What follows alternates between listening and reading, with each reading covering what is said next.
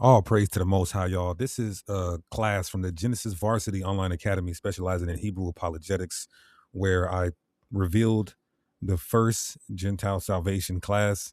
And we didn't have all the answers that we have now. Of course, we have over 500 slides and multiple high profile debates that were offered and declined. And so we're a lot more polished now. But this was about a half a year ago. I just want to put this out. A lot of people you hear and see on the screen in the video, they have since now left the varsity and won't talk to me, probably praying curses on me. But I just wanted to put this out. I was rewatching this, and this is a historical artifact, if you will.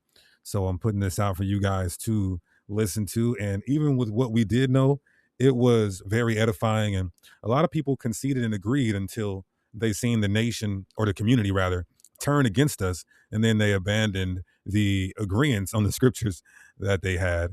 Nevertheless, I do still feel like I could have dealt more peacefully, instead of, saying that people who eisegete the text, you know, are ad hominems. Definitely could have did better on that point, but it's just frustrating when I know that people are indoctrinated, cultivated and incubated in indoctrination and falsehood, and it's just hard trying to get through.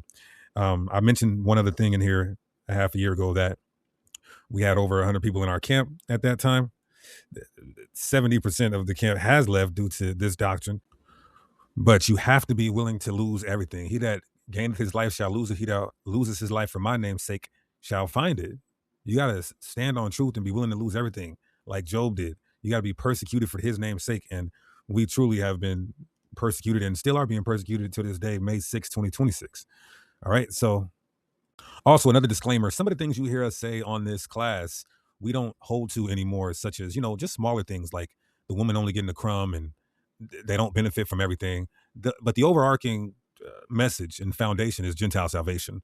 Again, to know our position today, our full position, and our thorough, extensive position, refer to the Gentile salvation presentation from a few weeks ago. It's on our channel. We did it live, over 500 slides, and we do have the free. I want y'all to hear this. So without further ado, let's check it out.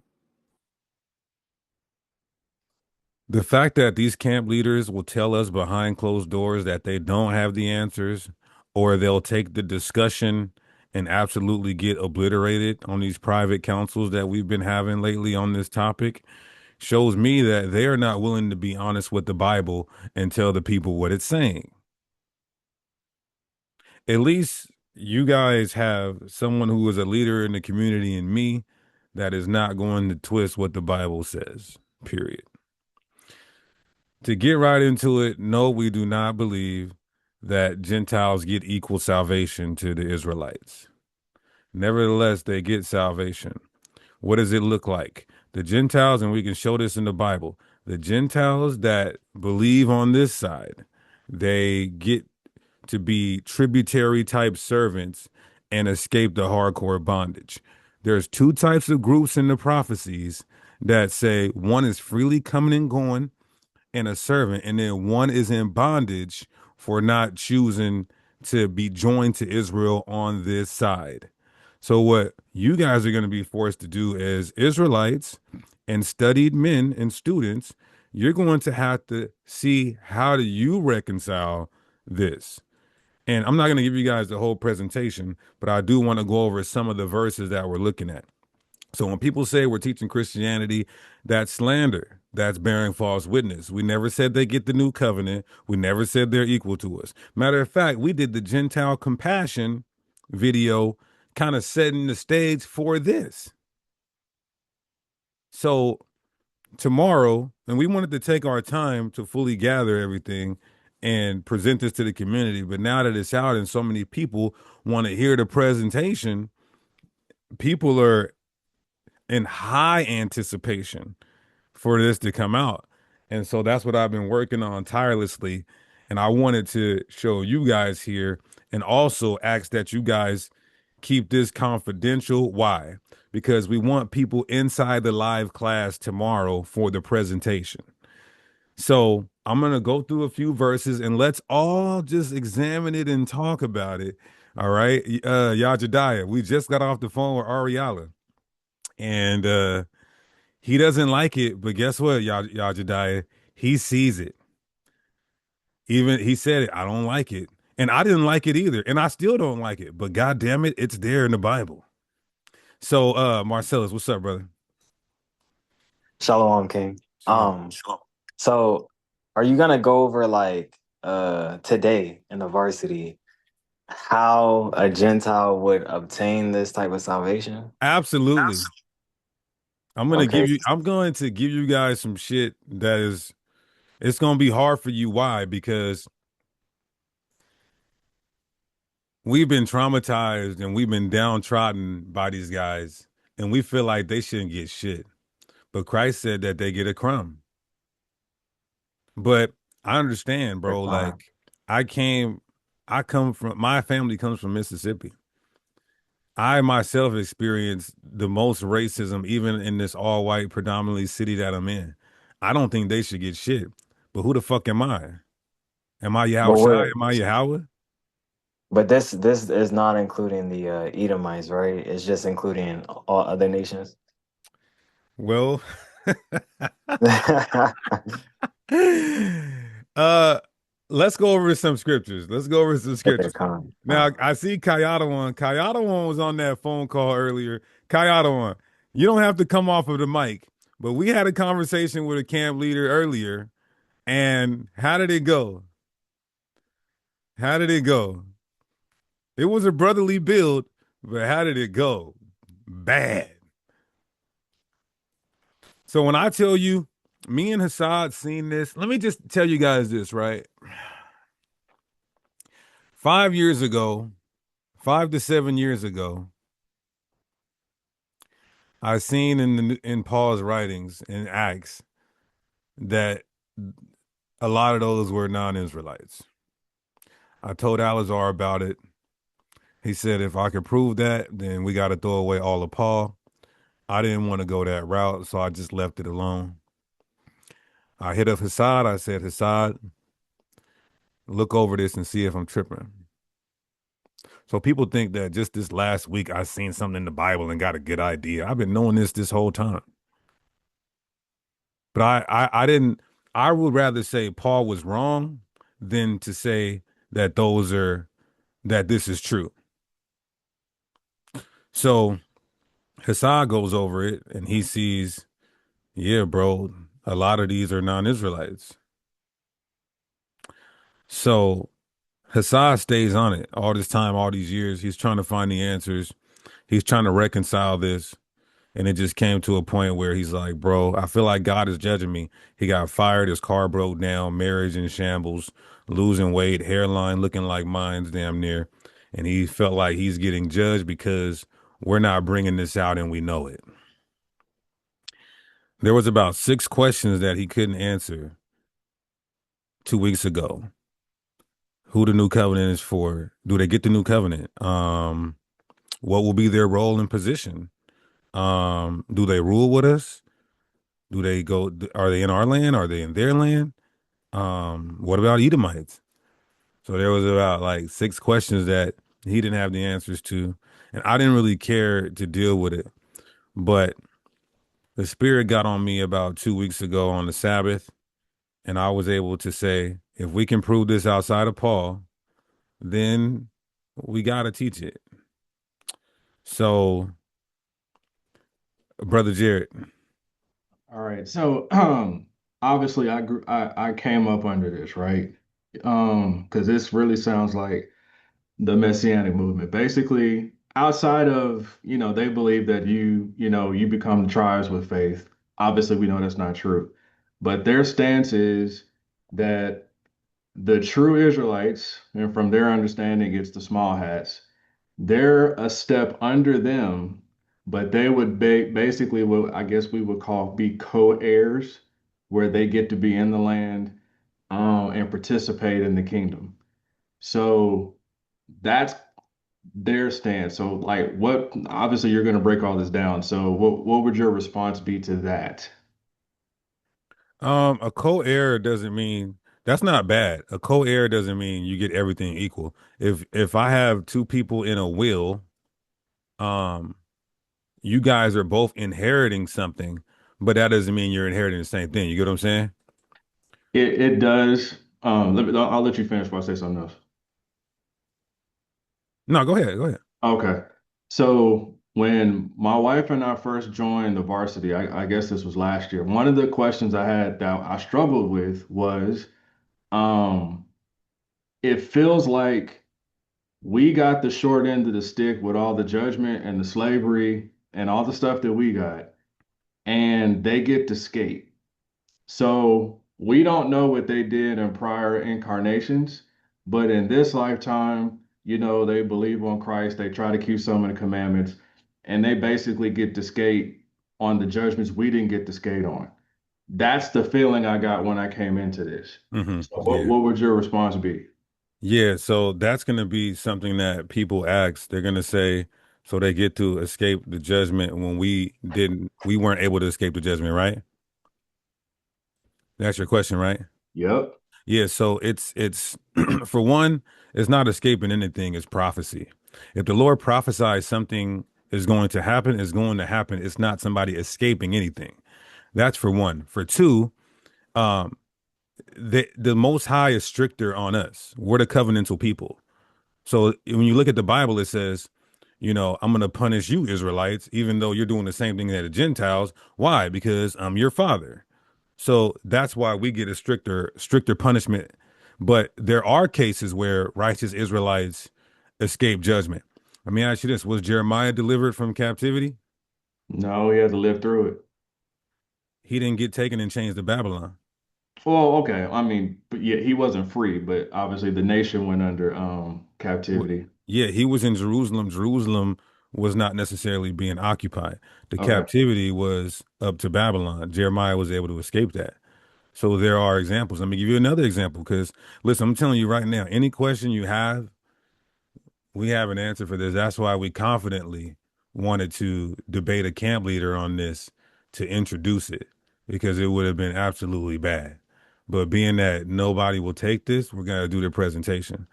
Let me Man, give would you you? another example. Oh, sorry. Go ahead, In brother. Sorry. Jeremiah 49, God promised judgment on all the nations, right? That Hmm. Nebuchadnezzar would destroy every nation surrounding him.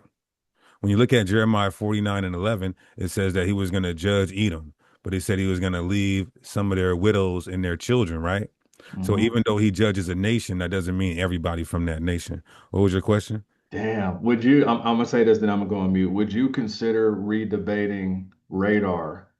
Because this is closer to probably what his stance would be. Obviously, he's off on some things, but would you consider that? Absolutely, because my stance is still he was trying to play around and say they're gonna serve, but then they're only serving in not in the eternal order in the millennial reign. I'm saying the Bible says the eternal order starts right when Christ comes back, so he would lose that debate still Okay. Throw it up. because they're still under the Israelites, even the what we would call the righteous Gentiles. Is there a lot of them? We don't know. How many was it? 100,000? We don't know. All we're saying is, generally speaking, we see it in the book. So I want to show you guys something. Watch this, and I This want. is big. I don't want to say this is damn near bigger than Paul. Oh, this is his history will be made. Shamor, go ahead. Yeah, can you hear me? I hear you.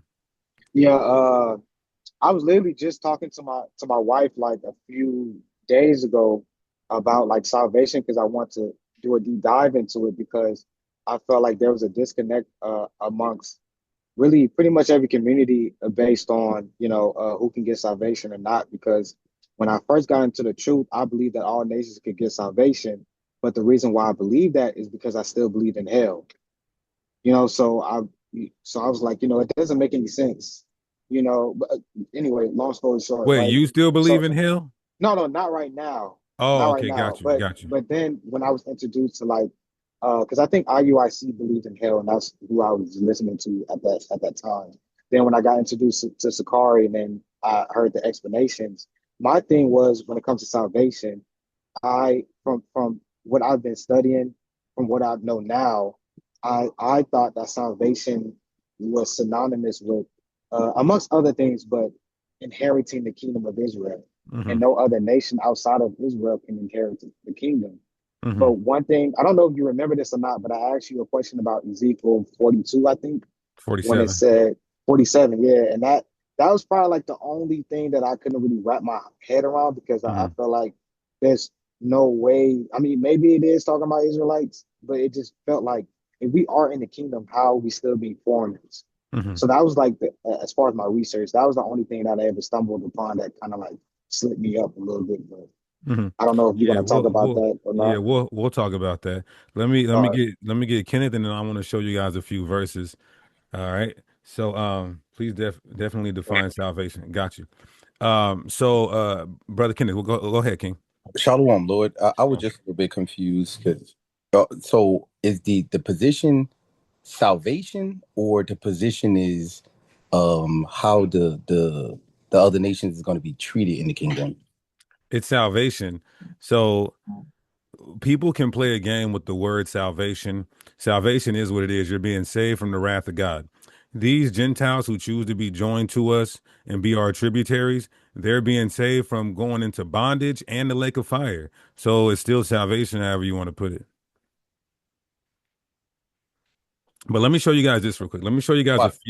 a few verses. Watch this. And I want you guys to see this when we was on the phone with these camp leaders early, a brother that was, in a matter of fact, one of the brothers are in the varsity anyway. So look at this in Acts 26. In Acts 26 and 17, I want you guys to tell me, are you going to be honest with the text? Delivering thee from the people. Who is the people here, everybody? Who is the people?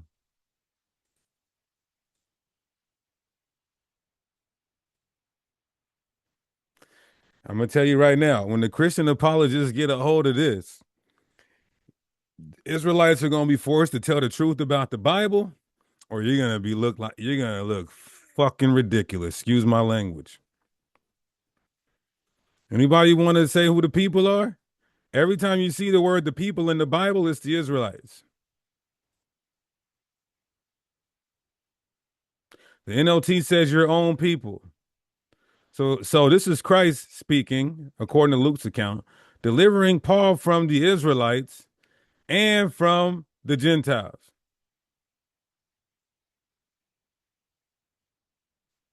Who are the Gentiles here? Israelite, and this is why tomorrow I'm announcing that I cannot be a part of One West no more. I'm a Hebrew Israelite of the nation of Israel, but I can't say I'm from One West. I'm tired of having to say stupid shit like John, have to deal with shit like John the Baptist not in the truth. If you're not in a certain camp, you can't get salvation. And then some Israelites might say, uh, delivering you from the people and from the, like Yadi would say, the Hellenized Jew is the Israelite. So Hebrew Israelites are saying, delivering you from the Israelites and from the Israelites. What's more bugged out? What is more bugged out from a scholarly perspective? That somebody says, yeah, deliver you from the Israelites and the Israelites. Or somebody to say, deliver you from the Israelites and the non Israelites.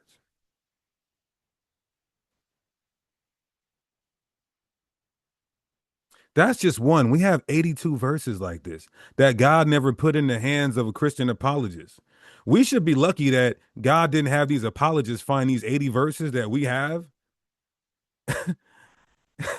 and that we're the ones who are going to be bringing it out. Now, watch this. The fact that there's a juxtaposition in the two people groups here, it says, to the Gentiles, unto whom now I send thee. To what? To open their eyes and turn them from darkness to light. So it's either we get rid of Paul, and then we have to get rid of his friend Luke, and then you got to get rid of Second Peter. Instead of doing that, this is what I told Assad. Let's find this outside of Paul. If we can find it outside of Paul, then we got to teach it. Anybody got some smoke on this? Because I got 80 more. Brother Jared. Not smoke, just I'm trying to digest and understand. So, because obviously y'all studied into this.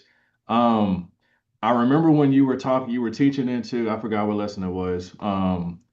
the mixed multitude in the wilderness? Because it sounds like I'm trying to correlate this to how the Most High treated the mixed multitude. So obviously they had to live among us, they had Yeah, to keep the same exactly. laws, That's why but that's but exactly what we're starting with tomorrow. We're starting the okay. presentation like they got salvation with us at the same time in the Old Testament, and Hmm. they were brought out to be our servants. It's Right. the same concept with this end time eschatological salvation. It's okay. I mean, would you agree that, the Most High treated them like shit? I mean, like I forgot what it was, what book was that? Was it I can't remember, but basically when he was talking about how they were he sent them, Wisdom of Solomon. yeah, that's what it was. He Yeah, basically yeah, yeah. brought them So out there just to torture them. yeah, we're not teaching it as a one for one analogy, but similar to that. So in the kingdom, you'll see that you have two different groups, and I want to pull it up in the prophecies, and I see the hands going up. Oh, let me go down. Yeah, sorry. Yeah, so let me pull up a couple more things, and I know what the Yadi asked a question. He said, "What does it mean to me?" It's a plain reading of the text, delivering him from the Israelites and from the non-Israelites, unto whom I send thee, to open their eyes and to turn them from darkness to light and from the power of Satan unto God. So I'm reading it at face value without indoctrination. Now, what does that mean? That they're equal to us? They get the new covenant? No, they're still under us, but that's what Paul is going to. That's who Paul is going to. Let me give another example before I answer your guys' questions in the chat. I mean, y'all who with your hands up. Look at Acts 9 and 15. This is another thing Israelites do that is crazy. But the Lord said unto him, go thy way, for he is my chosen vessel unto me to bear my name before the Gentiles. You ask the Israelite, who are the Gentiles here? Israelites and the kings. Who are the kings here? Israelites. Nigga, wasn't no Israelite kings right here. And then who's the children of Israel? The children of Israel. I'm tired of being stupid like that. How does that even make sense? Brother Aaron. Oh praise, oh praise. Hello, of varsity. Yeah, my brother. I was just wondering because I was listening, and you were saying how Luke is a Greek and he's not an Israelite. Right. Now, how is he not an Israelite if he's one of the 12? Luke was not one of the 12 disciples. Oh, this is long after that time. Yes, sir. Oh, okay, because I'm wondering, and that would make no sense whatsoever. But if you're saying that he wasn't one, then that makes sense. Yeah, and All right, we'll go into that more in the presentation. But to answer Yadi's question, yes, he's going to there is some Israelites who Paul is going to, but the vast majority that he's going to is non-Israelites. And I'm gonna show you a few more examples. Now, Yada, you got a G on your badge here, Yada. Are you a Genesis? Because we did a whole class on this in the Genesis Generals class yesterday. Oh, Yashar, go ahead. Shalom. I had a question about verse 18 when it says that they might receive forgiveness of sins and inheritance among them which are sanctified by faith that is in me. I'm wondering, what does that inheritance look like that it's talking about? I wanted to what I wanted to do for this class is to just go through the baseline. I know you Okay. guys have particular intricate questions, Um, and if you could respectfully just wait until tomorrow. But for sure. what I wanted to do is develop but just to answer your question, because I do love you, they get something. That's what it is. They says you get an inheritance among them who are sanctified. So they do get something, but they don't get what we get. Okay. So that would be the I answer to your definitely, question. for sure. All right. And we'll go through it more tomorrow. So Yadi asks, I mean, them being called Gentiles. Gentiles, like the word Gentile or Hellenist. Of course, you got the Grecians; those are Israelites. You do have him. I don't see him calling Israelite Gentiles the actual word Gentiles, but I see him saying, well, one could still argue with 1 Corinthians 12. Yes, that's why I said there is some instances. That's why you got to go by the context. So yes, there are still some instances. Nah, priest, just a follower of the varsity for 6 years. Oh, I thought you was a Genesis member. So he's asking about the Edomites, and we'll go through that in a second. But let me get one more verse here. Well, before we go to another verse,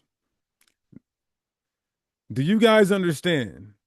Or are you still gonna say, and you might have to pray on this. We don't expect brothers to agree in totality, but can you at least see how you sound crazy if you say the Gentiles here are Israelites and the kings here are Israelites and then the children of Israel?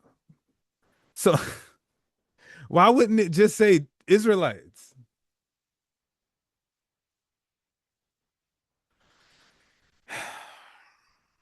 I'm not going to be the dumb one left behind. I'll tell you that. I'm just not going to be the dumb one left behind. Marcellus. So you're showing these verses to say that I'm showing these verses whatever. to show that he's going to non-Israelites. That's first and foremost. Okay. Yada, you can just come off a mic. Yeah, you hear me? I hear you. I was gonna ask, so there are instances where Paul alludes to Israelites being Gentiles, and if that's still like a precedent, that can't be applied with Acts chapter 26. It can't be applied with Acts chapter 26 or Acts 9 Yeah, I because agree with you, Acts 9 though. yeah, but it's speaking about the same event though, because Acts 26 is Christ saying who his message is to, and then Acts 9 is saying who his message is to. So it's the same event. It's just him recounting it later in Acts 26. I mean, Acts 9, I don't think that's him offering salvation to like non-Israelites. I just Okay. think that's how who he's gonna be ministering in front of. Why would he now listen? A leader And said that. A but leader said that. hold on. Let me clarify though. Let me clarify though. Okay, Let go me ahead. Go ahead. clarify though. We see examples of that. We see examples of that. That's the only reason. That's the only reason I say that. Okay, so with that position, you would have to teach that he's going to Gentiles to teach the message of Christ. Why, if they can't get it? I wouldn't say it's. I would more or less lean towards. You see prophecies about how Israel's in between the nations, like they're scattered amongst the nations. So if he's going to preach to Israelites that are scattered amongst the nations, obviously the nations are going to see it, or they're going to see him. Okay, so watch this. That's the Look at point the I would say. okay, but look at the NLT. It says to take my message to the Gentiles. What was the message that Christ gave Paul? I mean, I'm not going to lean to the NLT on that. Ah, That's thought for thought. That's thought. That's thought for thought, though. That's a okay, thought for okay. thought translation, though. Okay. So he goes to these Gentiles, he goes to the kings, and then he goes to the children of Israel. At least you're being honest that these aren't Israelites, because that's crazy. But when we go to Acts 26, let's go back here. With that understanding, though, in Acts 26 and 17, it says, I will rescue you from your own people. Hmm. NLT says, I will rescue you from both your own people and the Gentiles. The Hmm. King James says, delivering you from the people, that is the Israelites, and from the Gentiles. So you're saying the people is who? I'm saying the people is like I think that's laos in the Greek. I think that means like your race specifically. And then who's these Gentiles here? I would take this as one of those like from my understanding prior to what you're bringing out. I would take that as like a Hellenized Jew because you see like in the law that if somebody doesn't get an Israelite doesn't get circumcised, they're cut off from the nation. Hmm. So why Just like wouldn't it how, just oh, go ahead. okay, so you said race. That's even worse. If it Mhm. says race here, wouldn't if these are Israelites here, wouldn't they be a part of this race here? No, I'm going with like say like when I read the prophecies specifically from what I've seen so far, I don't know what else you have in the prophecies. I don't see this type of deliverance for the heathen. So when I'm reading this, I'm going to assume that he's talking about the Israelite foreigners, like as far as like who went through Hellenism, who couldn't who couldn't circumcise their children, they're cut off from the people, cut off from the nation. Hmm. So I understand, and I would have said that too, um, but it's not coherent and it's not consistent with Why? the juxtaposition. Can you show me anywhere where he says Israelites and then Gentiles, especially using these Greek words? Like, for example, in Timothy, he says, matter of fact, you know what? Well, Let's let's I'd go to Romans 1 where it says like there's a difference between the Jew and the Greek, and then you would take that Greek to be what? a Hellenized Jew. A Hellenized Jew, but it doesn't use Grecian there. It doesn't Okay. use Hellenized Jew there. But But let me give you, at the same time, that word for Helen right there is just somebody in the Hellenistic culture. yeah, that's true, but that doesn't prove that it's an Israelite.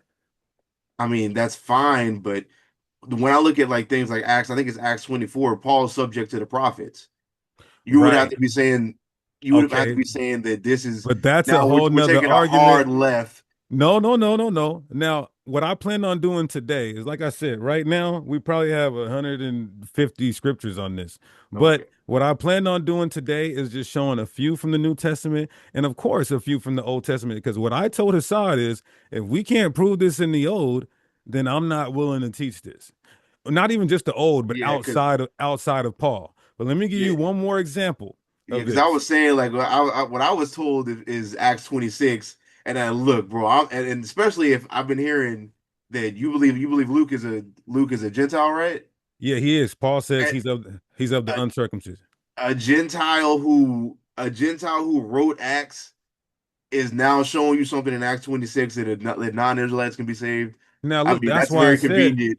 no, that's why I said, though, either your stance after tomorrow is going to be you throw away Paul and Luke, or you adhere to what we found outside of Paul and Luke and reconcile them both. Well, couldn't there be another option that you're misinterpreting it? Well, Because this, like in Acts 26, that could be your interpretation as far as when you go to the next verse. What was it? Let me see. Uh, can you pull it back up? let's go right here. That next verse when it says like to turn their eyes, to open their eyes. Yeah, Yeah, like that's the mission. you would interpret that as non-Israelites and Israelites there, but if I believe that's Hellenized Jews, like the people who was in that province and going along with the prophecies so far, I mean, I don't see why Well, I don't see why we're rising to this conclusion. yeah, here's why, because you would have to lean on an indoctrination that you were taught, not with what the text is actually saying. So that is the definition of eisegesis. I You were mean, taught that if you read this in the without even knowing one West, if you read this in the Bible, you would never come to that conclusion that, oh, these it says, and look at the New King James, I will deliver you from the Jewish people as well as from the Gentiles. You would never say, oh, the Jewish people, and this is also Jewish people. You would never come to that conclusion without indoctrination. I would think that's conjecture That's just because, true. well, the reason why I say that, like, you have the prophecies about Christ, like Isaiah 59 and Isaiah 53, and they're specifically talking about Israel. Okay, so that's you saying, all right, let's go outside of what we're doing now and trying to find this in the Old Testament, which is fine. No, That's what I'm saying. I need you to understand me. Like, so you're saying like, well, you're coming to that conclusion because of like one West indoctrination. Now, Deacon, you know I am not that type of nigga. No, no, no. But we never would have came to that conclusion. But I'm drawing it. I'm drawing my conclusion based off of the prophecies, like the one specifically about who Christ would die for. Okay, Like so we'll go there. those two don't mention the heathen. Okay, so we'll go there, right? We'll go there. I want to pull up one more from the New Testament. Okay, Look at cool. look at But I this, do want right? to touch those. Yeah, that's good. That's good. We can go to the Old Testament, but let me show you this. And then this is also one of the verses where we presented to certain camp leaders, and this one is going to be absolutely hard for. So, First Timothy 2:1. I exhort thee, therefore, first of all, supplications, prayers, intercessions, and giving of thanks be made for all men. Who's the all men here? Keep reading. Let's take a look at the Greek. and it says pos anthropos. This is literally the Greek, the where you get the word anthropology. This is mankind. So who is the all man here? The all men here. Let's keep reading. You don't have an answer yet? I mean, I want to see what the rest of the text says. I can see Okay. it. For kings. Mhm. Is this Israelite kings? Ooh, that's a problem. They're a part of I this all mean, men. you could. I see. You got a point there. You got a point there. Okay. But the issue is, are we going to equate that to the Old Testament prophets then? Yes, yes. But look what you're doing. I'm saying before we get to the and this is why tomorrow a lot of people are going to have to throw away Paul's epistles or say that Paul was wrong, or you're going to have to just concede No, because I mean, I don't think that's my just issue give an is answer for who the all men are. I want to say this and I will. I'm going to say this and I will. Right. But first of all, I'm not going to equate Paul's epistles to the word of God, like as far as like the prophets and what we see in the Torah. Like I'm not going to do that. Right. So when I As read you this, shouldn't, as you shouldn't. When I read this, You're filtering it through Old Testament prophecy. I get it. I have to. You do have That's to. what you niggas taught me to do. That's true. You definitely have to. But once we establish that this is outside of Paul, then you understand. So what I should have did for the class was start in the Old Testament. But nevertheless, Yeah, we're here. We're because I'm starting not here. like whatever you show me in Timothy's is not gonna move me. I'm not gonna hold you. Okay, but you at least got to answer it though. Okay, all men. Okay, fuck it. Just say everybody. Everybody. Okay. That's For fine. kings, it's pos anthropos. For Mhm. kings and for all that are in authority, that they may lead a quiet and peaceable life in all godliness and honesty. They're called to be godly, right? But look what it says. For this is good and acceptable in the sight of God and our Savior, who will have all men to be saved. Guess what this word is, Yadi? Pos anthropos. So if you admit that all men is all humanity here, then you admit that all humanity is all humanity here. Damn. I mean, okay, that's what Paul said there. That's fine. That means nothing to me. Okay, That good, means good, good, absolutely nothing to me. I'm not good. gonna lie. Okay, You're Yadi. going to have to show this in the prophecies. Okay, fine. That's good. That's good. So now let's go to the prophecies. Because like I'm gonna tell you this like this, Deacon. Like if you're gonna start your lesson off like this, it's gonna be problematic. Because like last week you said Deacon, you said Paul was wrong and he taught idolatry. So you starting from Paul's epistles and starting from Acts. That's like I'm telling you, that's Yeah, not moving me. Yada, you know me, bro. I'm the big G. I would never start my Yeah, presentation man. with Paul. Big Gentiles, not the little ones, man. I would never start my presentation with Paul. But I'm gonna tell you this though: the Christian apologists, once they get a hold of this, they're gonna whoop every Israelite's ass if they don't This nigga change. right here, bro. So let's go to the prophecies. I want to get. I'll bring you back up, Yadi. Let's get Big Yasharala. Big Yasharala, go ahead, unmute. Oh, yeah, Shalom, gang. What's up? Shalom. Oh, I seen you say. Listen. For this, let's keep it lighthearted, but let's keep it like serious too at the same time because this is a big deal. So you put in a text message I'm saying, serious as a heart attack, gang. I know, but you said the Christians been right. No, Christians teach the Trinity. Christians teach you don't have to keep the Nuh-uh. law. Nah, stop, wait, Christians stop, teach. stop, stop, No, stop, let me. D. Stop, wait, hold on. No. You I said, hold left on, that wait, message. gang. I don't want to Wait, have to hold mute on. you. I don't want to have to mute you.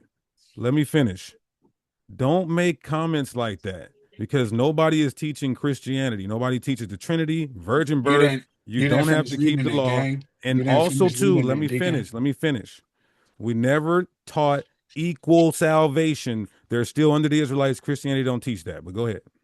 Gang, all I was saying was, and that's what I'm saying, you didn't read the whole thing. I said, as far as salvation is concerned, when they saying everyone can get salvation, and Israel been arguing with them about that specific thing since I've been in the truth, and I've seen longer than that. Niggas, it seemed like Israel been wrong. If I'm going through this thing that you teaching right now, the Christians have been right on that end the whole time. Everyone can get salvation. I wanted to ask you about Matthew. What does it say? Make disciples out of all nations. Is he saying that every nation can be a disciple? then I wanted to ask you, were the Jews that were um in all nations that came to Pentecost, were those actual Jews, or were they Jews in the sense of the Jews that were the Gentiles that were made Jews in Esther? These are my questions. Mm. I ain't trying to be funny. I'm being serious, gang. Got you, got you, got you. So to answer your first question, in light of what we see in the apostolic movement, how we clearly see Paul is saying all men, and he's going to people who are not Israelites, then you would have to take Matthew 28 and 19 as all nations. So now Or everyone can be a disciple. according to what Paul's mission is and Christ himself, if we take Luke's account, listen to my words clearly. If we take Luke's account as sincere, genuine, and authentic, then Christ tells Paul to go to these Gentiles.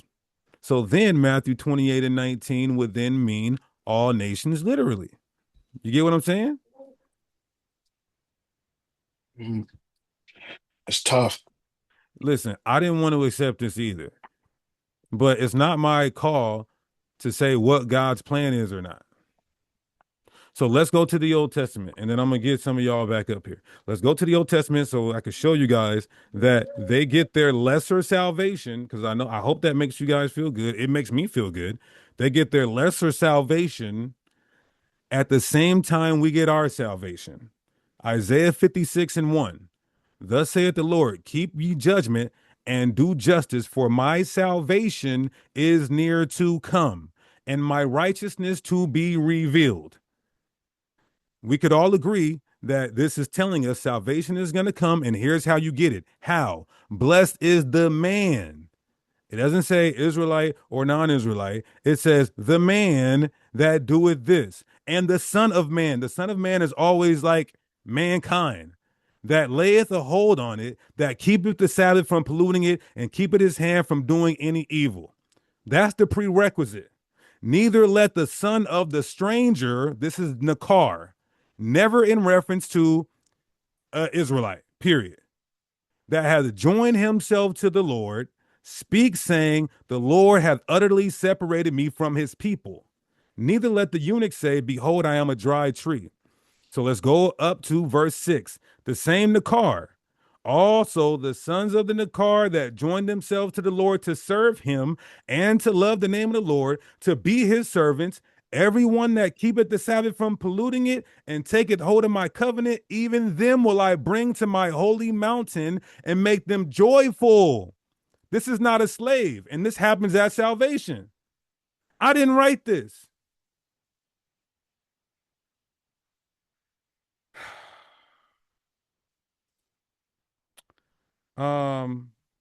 Mike Allen.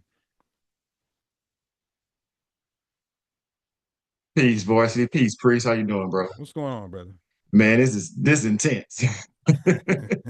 Wait till Oh, praise to tomorrow. praise to the Most High.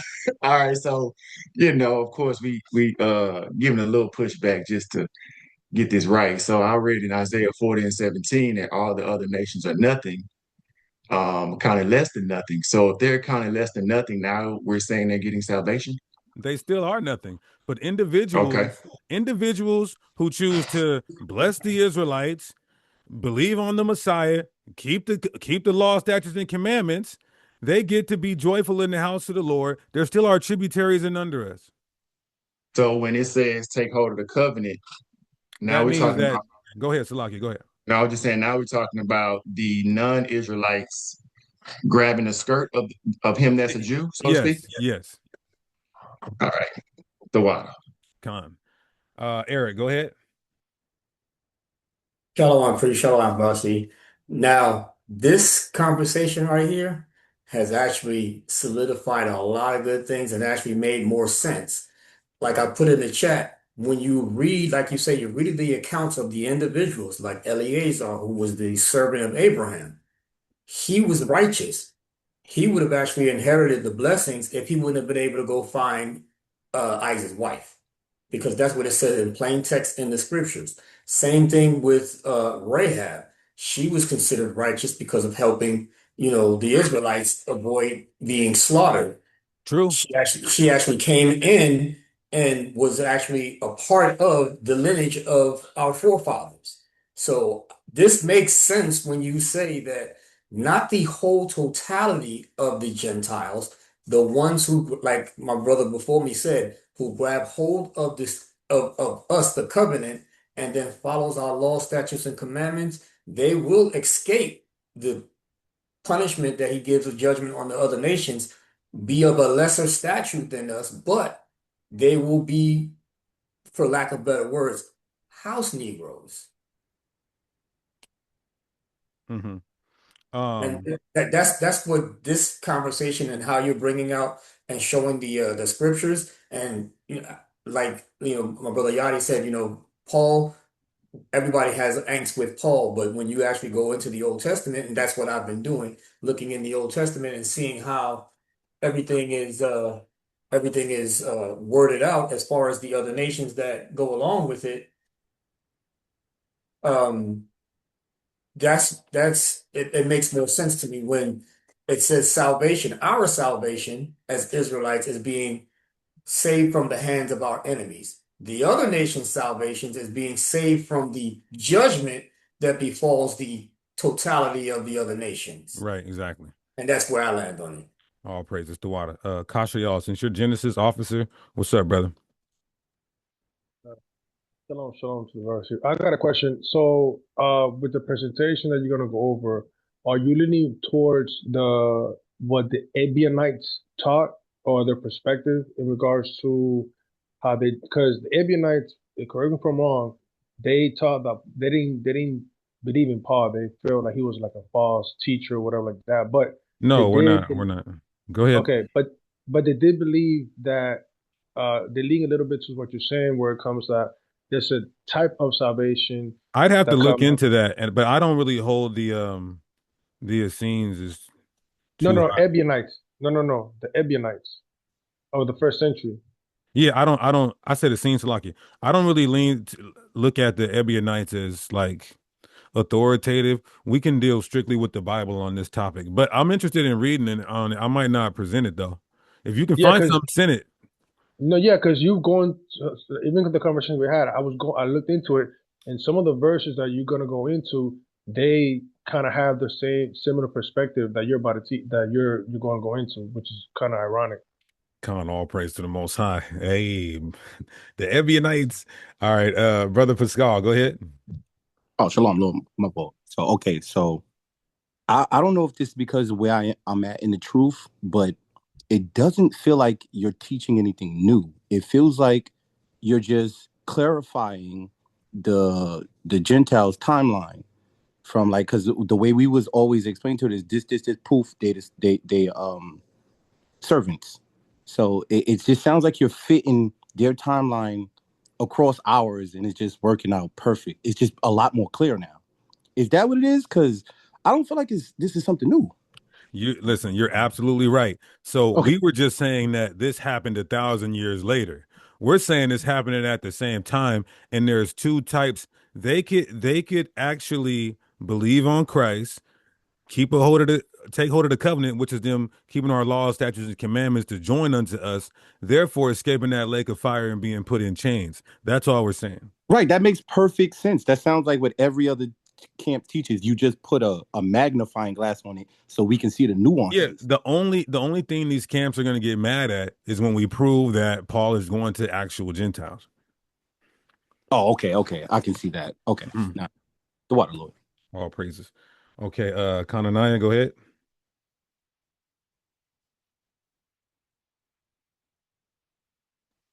Kananaya. Shalom, priest. There we go. We hear you. Shalom, Varsity. Can you hear me? Yes, sir. Yeah. So I'm just having trouble with being saved from your enemies. That salvation is being saved from your enemies. Um, how does that work with the understanding? Good question. Because who would be the enemies of the Edomites? Like, who are they being saved from if salvation is being saved from your enemies, being us, being Israel? If you understand my train of I thought. got you. So salvation isn't just being saved from your enemies. Matthew 1 says it's being saved from your sin. When Christ told that woman in Luke chapter 7, your faith has saved you, did he just save her from being held hostage by an enemy? Uh-uh. So salvation isn't just being saved from your enemies. Shalom, I'm here. Just letting you know. Oh, we got a side on here. Shalom. Okay, just trying to understand. So salvation has multiple definitions or Right. multiple. Okay. All right. The water. All praise. All right, we're gonna go Yachty, then Big Yasharala. Yachty.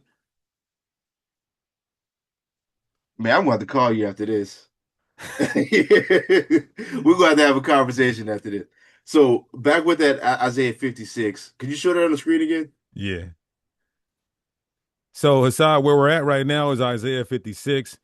Yachty wanted to see. Basically, he said, "To hell with Paul." I get it though. That's not what I said. Okay, go ahead. So now with this, now in Isaiah 56, so just you're saying, because I know there's different forms of salvation, like there's like being preserved, things like that. That's what I see here. Like I've always thought that I don't really I don't have an issue with this. Now, Is this a slave? in this aspect, no. Okay. And and like how you said, like about the 1,000 years, I don't think this is like 1,000 years, like how people teach. I think that this is gonna happen when the tabernacle is raising back up and everything. Like the altar is back, the Levitical priesthood set back up. But you're saying this happens immediately? Look at verse 1. So, verse 1 says, "Thus says the Lord, keep judgment and do justice, for my salvation is near to come, Yeah. and my righteousness to be revealed." Salvation, it's saying, it's getting ready to go on and say what people need to do in order for them to receive the salvation that's to come. That's why it then goes on to say, "Blessed is the man that doeth this." When does he receive his blessing? In the kingdom. What does he need to do, though? "The Son of Man that layeth hold on it, that keeps the Sabbath from polluting it, and keeps his hand from doing evil." Meaning, if you don't do evil, if you keep the Shabbat, keep the commandments, then you will receive salvation. It's talking about things you need to do prior to salvation to then receive salvation. Now, we already know about the sons of the stranger, etc., like it speaks about in verse 3. Yeah. But here's what's important, because you're saying it's, one point brothers taught, it's 1,000 years in the future, or so you're saying this is I don't when the agree with that. tabernacle was built. Here's the issue. Verse 8, look at verse 8. It says, it's not on the screen. Yeah, priest, if you could scroll down just to verse 8. It says, "The Lord God which gathereth the outcasts of Israel saith, Yet will I gather others to him beside those that are gathered unto him." Us getting gathered back to our land is salvation. That's the topic of this entire chapter. And then it says, "I will gather others to him." The gathering takes place at the exact same time. So whenever Israel's gathered, that's when these non-Israelites will be gathered in salvation as well. So the temple. No, hold up. So in verse 7, when the burnt offerings and sacrifices happen, the temple has to be there. So they still have to build up the walls, correct? Sure, no problem. To that aspect, yes. That's eventually when we have the temple reconstructed, then they will be able to present a sacrifice. Yeah, but the temple. But the point is, though, verse 8 says the gathering happens simultaneously with both Israelites and Gentiles. Yeah, they're going to come and serve our God and offer things. That's Isaiah 60. Yeah, but the point is they're going to be joyful, and these are the ones that take a hold of the covenant and keep the Sabbath. All heathens ain't going to do that, and the ones that don't are going in chains. Okay, not that I don't necessarily have an issue with, but are you using this to equate that heathens are going to be saved from Babylon? That's an intricate. We're going to answer that tomorrow, and I know that's where I thought you were going with this. To be honest, with Isaiah 56. No, the point is we want to establish Gentile salvation, and before you get to say, so how they get in there? Do they get on the chariot? What about from Babylon? What kind of clothes are they going to wear? We just wanted to establish first Gentile salvation. Yeah, because the person being preserved, I don't necessarily have a problem with. We see that in other prophecies other than this too. Now watch this. Though. Go ahead. Just to give a quick example, how we get, and it's not to act as if it's not important, but how they get there isn't as important as the fact that they get there. Like when God told Abraham, of a sure your children are gonna serve in Egypt for 400 years. Afterwards, I will bring them out. Abraham had no idea about a parting of a Red Sea and plagues on Egypt and the firstborn dying. But what the main focus was, eventually God was going to save his people. But now how is, it's with the Gentiles specifically, we have to explain that. But the Yeah, fact is because this I don't have an issue. Everything you said about Isaiah 56, I don't have an issue with so far. I mean, So I you kind of believe? do, but not really. how much Okay, have we all gone into bro. We went into Acts 26 and 17, Acts 9 and 15, and then we went to pos anthropos, and now we're here. Okay. So with all of that, he basically said he wanted to see it in the Old Testament, which is fine. Yeah, So I do need to see agree that that this this is Gentile salvation though? them Yachty. being preserved, not like saved from Babylon. Okay, so they're saying, what if a Gentile in Europe, he gets salvation if he believes on Christ and takes hold of the old covenant, keep the Sabbath, join the Israel? They have to come there and learn that. Yeah, you see, like in Zechariah, is it Zechariah 14? The nations that fought against Israel coming to the land. No, no, no. It says those that are the remnant. So everybody who fought against us is going to die. But there are people. So watch this. Watch Wait this. a minute, No, that's not. yeah. The Bible says anybody, like the militaries, rather the militaries that fought against us at the valleys of Jehoshaphat, they are going to die. So when you in Isaiah 56, here's what we're establishing: that the gathering happens at the same time. You agree with that, right? Hold up. Yeah, Verse 8. Zechariah 14 and 16 was what I was talking about. Yeah, but before we go there, the gathering happens at the same time, right? About how Israel's going to be gathered from all nations, and then the other nations are going to come to us. Right. Yeah, yeah, Okay. So when these other nations get there, do you agree that before they get gathered, whoever these ones are, that they have to keep the Sabbath from polluting it and take hold of the covenant? yeah. I agree with that. Okay. So the Gentiles that do that, what do they get? Do they get, is this how they go into chains, or they have another position outside of chains in the kingdom? I would say they have another position outside the chains. All We praise, never, we let's never, go. we never taught different than that, though. Yes, we did. When did we teach that the Gentiles were that they, in order for them to not go in chains, that they keep the Sabbath and keep the laws and join to us? When have we ever taught that? There's no way to explain Isaiah 56 without that, Okay, We well, never I have. never and be understood. truthful. Okay, all praises, all praises. Now watch this, brother. Watch this. In Zechariah 2, I'm sorry. Let's go to Isaiah 14. Now, 2 weeks ago, and call it what you want. When we're reading this through the Spirit of God, watch this. Watch this. Watch this. This is gonna blow you away right here. This is the new breakdown. Not even new, the right breakdown. Look at this. We're gonna show y'all that there's two types of Gentiles in the kingdom. Oh, this man Ones with the who NLT. ones who are going to, and we can read it in any translation, but one who is not in bondage because of what they did prior to Judgment Day, and then ones that are wicked, they didn't take hold of none of this, they didn't take heed to it, they're going in chains. Watch this in Isaiah 14 and 1. But the Lord will have mercy on the descendants of Jacob. He will choose Israel as his special people once again. He will bring them back to settle once again in their own land. And people from many different nations will come and join there and unite with the people of Israel. This is a unification. These aren't our enemies. Right? Well, look at what verse 2 says, Yachty. The nations of the world will help the Lord's people return, and those who come to live in their land will serve them. These are the ones who escaped bondage. Why? Because they believed, they pursued to keep the law, to be joined with Israel prior to Christ coming back. But who was this other set of Gentiles? Those who captured Israel will themselves be captured, and Israel will rule over its enemies. Those who are adversarial to us, the wicked Gentiles, they get the bondage. Exactly. Wow. It's two sets of Gentiles. One is our allies, and they're helping us, so they clearly can't be our enemies. When it says Israel will rule over its enemies, that clearly can't be talking about the ones who unite with us, because the Bible does talk about the nations as a whole. being our enemies. Moab is our enemy. Edom is our enemy. Canaan is our enemy. That does not mean that every single individual amongst those people are our enemies. We have countless examples of this. For example, Uriah the Hittite. Is he our enemy? He's literally in our army fighting for us. You're going to say he's our enemy? King David hung out with him and invited him over to drink. That guy slept outside of David's palace to make sure he was safe. That's our enemy. Rahab is our enemy. If she was our enemy, she'd have sold out the spies and we would have all died. Was Ruth our enemy? Was Achior the Ammonite our enemy? Was the Ethiopian who helped Jeremiah in Jeremiah 38 when he was in the pit and brought him out? Was he our enemy? And then God delivered him from Babylon. That was our enemy. Was Moses' father-in-law Jethro our enemy?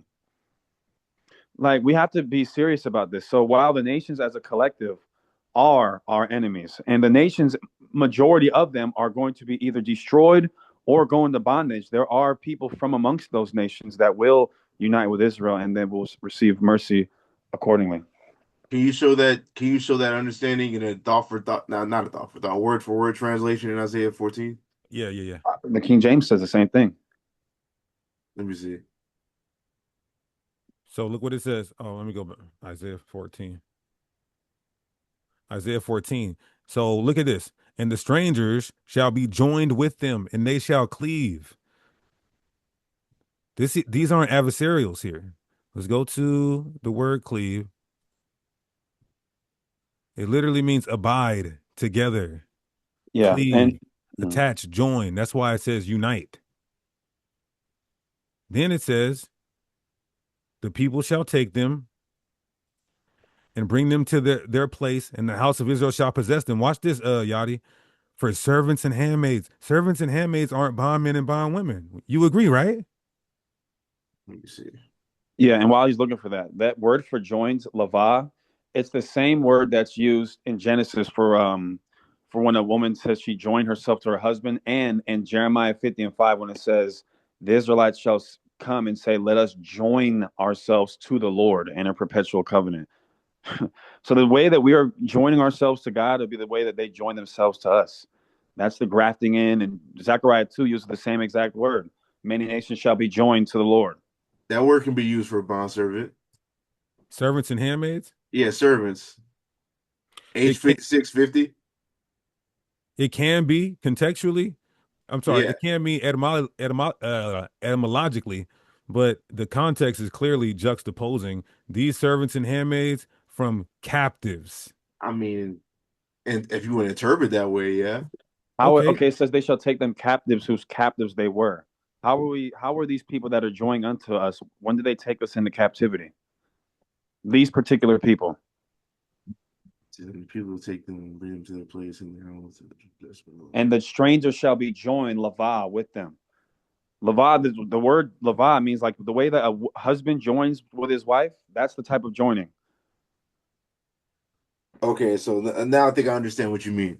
So like with in verse 1, you're saying these are like the ones that are in Isaiah 56. Yes. Okay. And Yes. then 2 is just the ones that are adversarial to us, like how exactly. That's why it says they shall rule over their oppressors. Yeah. They can't. Okay, the I see people how that join unto us are not our oppressors. Right. I see how you do that. Right. I don't necessarily got an issue with that. Right. I don't necessarily got an issue with that. Because, and again, I bring up those Old Testament examples because this isn't even something that's new. It's not. Like when we were going around destroying certain nations, like the Canaanite nations, that doesn't mean that every single one of, like, again, when we fought against some of these peoples, we would have people in our army that were not Israelites. Were they our oppressors? No. But were their nations were historically our enemies? Yes. So this is not a new concept. Okay. I mean, I see this part, but what about Christ dying for them? Where are you going for that? Well, I got a lot of questions. That's fine. I know. You should. We'll answer some of this, and I want you to wait for the presentation, but I want you to understand this. Christ's death, they benefit from Christ's death, but they don't get the full benefit of Christ's death. They benefit from the new covenant, but they don't get the full benefit of the new covenant. What do I mean by that?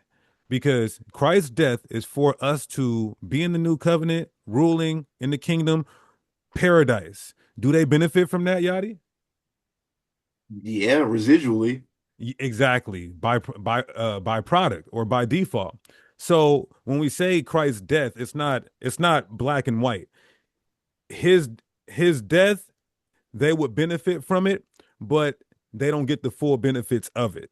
So that's how we would answer that. We do see, especially in light of the prophecies and what Paul is saying in the New Testament, that they're forgiven of their sins and they get access to the Holy Spirit.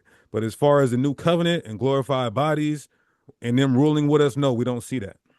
I meant more or less like when you read about the prophecies that are specifically talking about Christ's death. No, no, no, we don't see that. No. Okay, so it's for Israel, and it's always been for Israel, and always will be for Israel. But what Israel gets from that death of Christ is Gentiles, you mean? basically Isaiah chapter 2, like Isaiah chapter 2, the kingdom, all of that. Rephrase that. What I'm saying is like Christ died for Israel so their sins could be forgiven to where they can basically obtain the kingdom. When they obtain the kingdom, that's when there's going to be no more war, no more famines, and X, Y, Z. Right. And they benefit off of that alone. Is They what you're do. saying. They benefit off of that without even believing. But the believers of these other nations can have more of a benefit as far as escaping the wrath of God,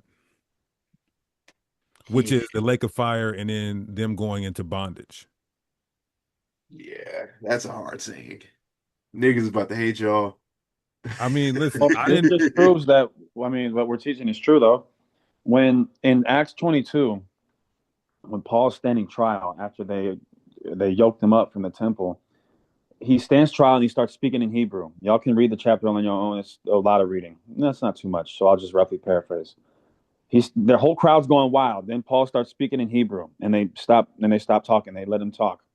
And he gives his entire, matter of fact, no, I have to read it. I'll give the synopsis, right? This man about to get the vocab on greatest hits, huh? But so in Acts 22, I'm gonna just read it. When they heard him, Acts 22:2, when they heard him speaking in their own language, the silence was even greater. They stopped talking, they let him talk. Then Paul said, I am a Jew, born in Tarshish, a city in Sicilia, and I was brought up and educated here in Jerusalem under Gamaliel. As his student, I was carefully trained in our Jewish laws and customs. I became very zealous to honor God in everything I did, just like all of you today. He basically is giving a testimony about his whole life. And then he talks about how Christ knocked him off the horse on the road to Damascus. And they don't even say anything. They're still quiet. Mind you, they just killed Christ, 4 years ago. They just killed him. And yet Paul is sitting here talking about how, Christ came to me and said, believe on me. And they still aren't saying anything. Then look at this right here. So he keeps talking. And then he talks about how he went to Ananias. And remember, he was blind and Ananias healed him. They're still not talking. Then look what happens. Acts 22, we're now at verse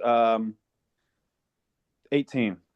It says, I saw a vision of Jesus saying to me, hurry, leave Jerusalem, for the people here won't accept your testimony about me. They still haven't said nothing yet, the whole crowd. But Lord, I argued, they certainly know that in every synagogue I imprisoned and beat those who believed in you. And I was in a complete agreement when your witness Stephen was killed.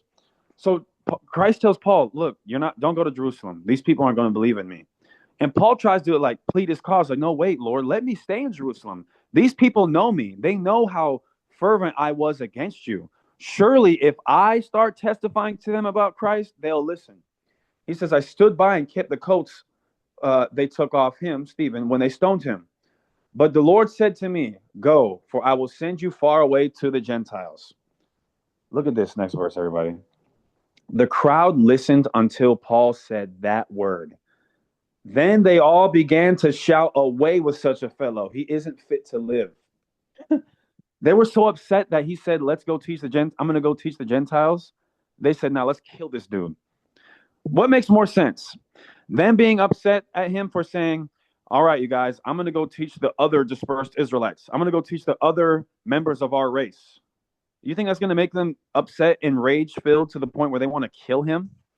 Or what makes more sense? I'm going to go and teach other nations this. Why do you think Tazariak couldn't even sleep when he found out this is what we're getting ready to teach? The nigga couldn't sleep. He said and it. He went. Go ahead. He said that. He said he couldn't even sleep. They're gonna want to kill us for this. Yeah. So we're in good company. Yeah. So just want to add that. My bad. Okay, let's get some more people on here. Big Yasharala. What's happening with John 3:16? Is that no longer the world of Israel, or is that the entire world? You sound, first of all, you sound stressed out, brother. I I'm mean, because sorry, man. I learned from y'all, man. So this is something, you No, know, I get it. Salakia, bro. Everybody we talk to, they see it, but they're hurt. And I get it because the Gentiles hurt us. I feel like, why the fuck should they get anything? But I'm not God. right. So is John 3:16 the entire world? Well, we've come to the conclusion that John 3:16 is the Israelites and those who are joined to the Israelites. So it's still a harmonious arrangement of people. Okay. Uh, Yikes. is Cornelius an Israelite? No. No, he's not. Would you like me to explain how he's not, or Nope, I do not. okay? I do. Okay. Well, watch this. Watch Hold this. on. Here's how Well, ironic this hold is. on, wait. It was Big Yasharala's turn. I want to make sure we deal with everybody. Look, we love you guys, and you know, all we're trying to do is do what's right and what the book says, instead of indoctrination and twisting the scriptures to fit your own personal narrative. Okay. We're tired. So We're tired of looking foolish. When I hear Israelites break down the Bible, I can't even stomach it. And this is outside of the whole Gentile thing. I'm just like, we have not advanced. And ask ISUPK, they'll tell you, we have not advanced. We haven't changed since 1969. bro, the internet hasn't. We're You know what I mean? Like you haven't learned, and the internet came out, my nigga. we're not The getting internet. left behind. We're advancing and we're not getting left behind. So do you want? If not, He Deacon, said it's he fine. got But another question. So go ahead, Big okay. Yashara. So, Luke, what is that? 167. Yeah, he The horn of delivers from the hands of our salvation. enemies and those that hate us. Yes. And because I akin that to Deuteronomy, what's that, 30:7? Yes. Okay. You can, but And notice, so listen it's to that language. It says, "He will deliver us from all of our enemies and from the hands of those that hate us." Deuteronomy 30 says, "He shall put these curses upon all your enemies and they that hate you." We just read in Isaiah 14 that there will be some Gentiles who unite with us and assist us. They're not our so enemies. They don't hate us. Just so like I'm Uriah not didn't hate us. Go ahead. right. So I'm not against Gentiles in the kingdom. Okay. Um I'm not against them being there, but my idea of Gentiles being in there is that their purpose is to serve Israel. Um in the way Isaiah 60 says it. What about God? Also, come again? What about God? You think Well, God, you mean that their purpose is solely to serve you? What about God? serving God is to do what God said, which is to serve the Israelites. I hear you. That's where my head is at. Right. I mean, I get what you're saying, but Let's just go over Isaiah 60 because I wanted to do that anyway. And then I know our brother Harag wanted to hear the Cornelius explanation. And then let's get to the queue. All right. We're gonna be live on this tomorrow, and we're gonna be live on this Sunday as well because we understand. Now we could have just kept this from y'all and kept lying like the other camp leaders, but that's not us. Isaiah 60:1 says, "Arise, Jerusalem, let your light shine for all to see, for the glory of the Lord." So what I'm gonna do here, Lawrence, is show you that there's two types of Gentiles even in here. One would have to be the believing Gentiles who believed and joined the Israel before he came back, because their privilege is they're not in chains and they're not getting humiliated, and they can go and come freely in our land and out the land. That's not a slave. And of course, when they come, they're bringing their riches and honor and glory, like you said. That is serving, but not necessarily serving like they're still like basically worship proskuneoing us still. So it says, darkness is black night covers all the nations of the earth, but the glory of the Lord rises and appears over you. This is right when we get to the land. All nations will come to your light. Mighty kings will see your radiance. These guys are not coming to say, hey, we're here now, put us in chains. These are not the Gentiles who are in chains. Look what it says. Look and see. Everyone is coming home. Your sons are coming from distant lands. Your daughters will be carried. Your eyes will shine in your heart. Watch this. For merchants from around the world will come to you. They will bring you the wealth of many lands. So these will be the Gentiles who escaped being in bondage in the lake of fire, but are still coming and honoring us and under us and giving us their wealth. Look at what it says about Sheba. How do they even have gold and frankincense if they're in slavery? The people of Sheba will bring gold and frankincense and will come worshiping the Lord. These are not the ones in chains. I will accept their offerings and will make my temple glorious. Then look what he says in verse 10. Now you get to the wicked Gentiles. Foreigners will come to rebuild your towns, and their kings will serve you. For in my wrath I smote you. So they're doing the laborious work. And for the nation and kingdom that I will not serve you, they will be utterly destroyed. Look at verse 14. This is the humiliation. The descendants of your tormentors will come and bow down before you, those who despised you. These are the ones who despised us. The wicked Gentiles will kiss your feet. That is humiliating. So you can see two groups of Gentiles even in Isaiah 60. You hear me, brother? Yeah. Well, I'm not. That's what I'm saying. Like I'm with you on this one. Like that's where my mindset was at anyway, as far as Gentiles being able to come from their respective places where they might have rulership, enough to where they can, earn riches and gold and stuff like that, but bring those things to the Israelites. But I guess like my main question would be is I don't know. This a bit much. I ain't gonna hold you. Um, Maybe I shouldn't have, but I wanted to because y'all been hearing it.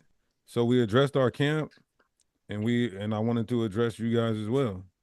I'm not as dogmatic in everyone that's not an Israelite is going to be a slave, but I'm a little taken aback by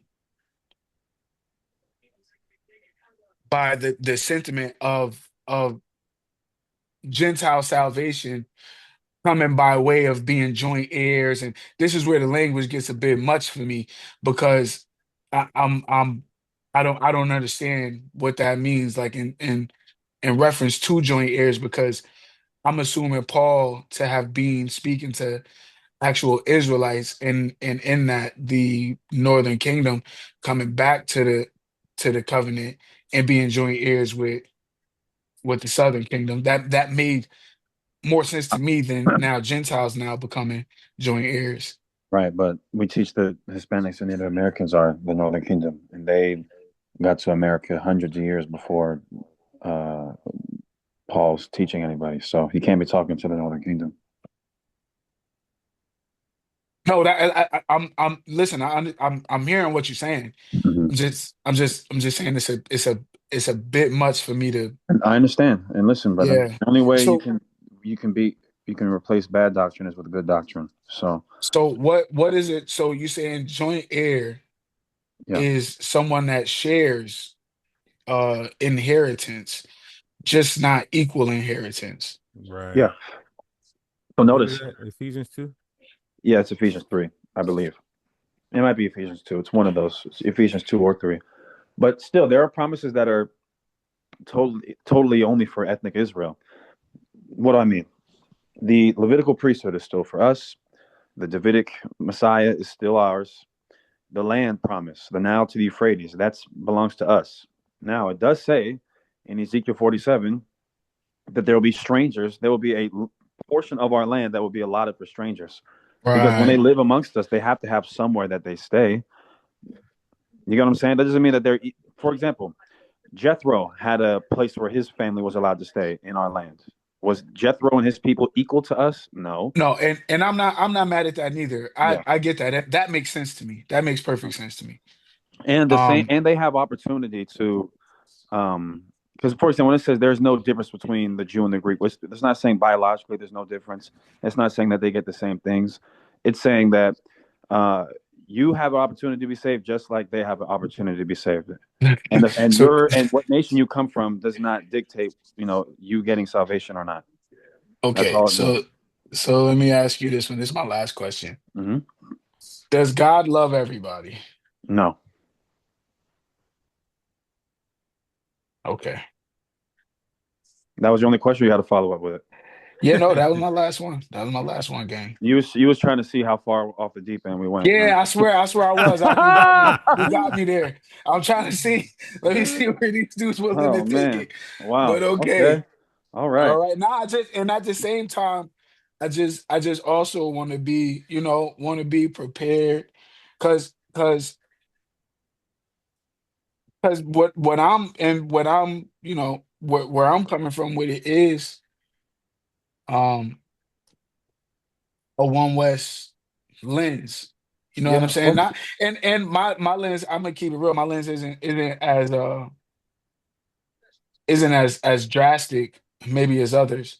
Mhm. But I would like to, I would like to kind of just see where y'all heads is at as far as everything, because y'all know like Christians are gonna ask you guys these things. Like Yeah. I don't know how extensive your conversation went with vocab, but I'm No. almost certain, there was some things in there. If he didn't ask y'all at that time, he might ask y'all within the near And that's future. fine. And I'm welcome to answering any questions. I love talking about God with anybody, so Hmm. I don't mind questions. But I do mind questions when I don't have answers to questions. And from the teaching the Bible and saying that the Gentiles in the New Testament are Israelites when they're clearly not, it's like, and maybe Priest could speak to this as well. It doesn't feel good. Now, I never just consciously lied. I want to say that, start that for the record. But as I started to see what is true and what is not true, it becomes very anxious. You get anxious, bro. So now I'm finally happy to be able to teach the Bible and know 100% that what I'm saying is beyond the shadow of a doubt, on the money, on point. So I get brothers that feel some type of way about it. Listen, I've felt this way. I've been teaching this for 10 years. I literally uprooted my entire life at 16 years old to teach this. You know what I mean? Moved all the way across the country, dropped out of college, everything.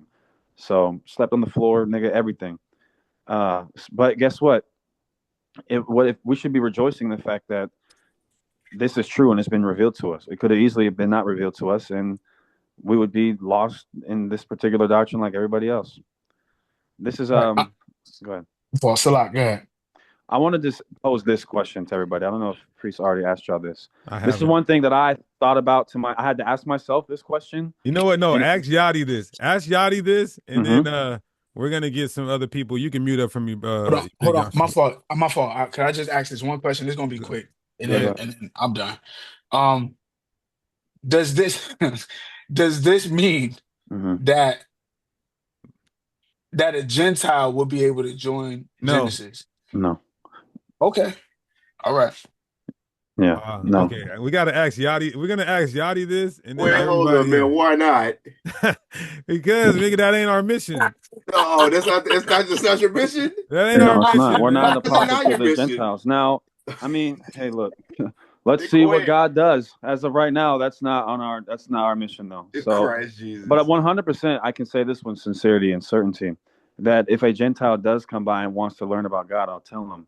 Now, I don't trust Gentiles. I barely trust my own people. So, in terms of letting them be a part of the congregation, it's not something I'm comfortable with because Dylan Storm Roof pretended he wanted to be a part of a congregation, and 12 people were shot. So, I have every right, I believe, for the protection and safety of the men, women, and children around me to refrain from that. So, I want to ask you this though, Yajidaya, because Okay, but I this is want to go not me back to trying to, that though. huh?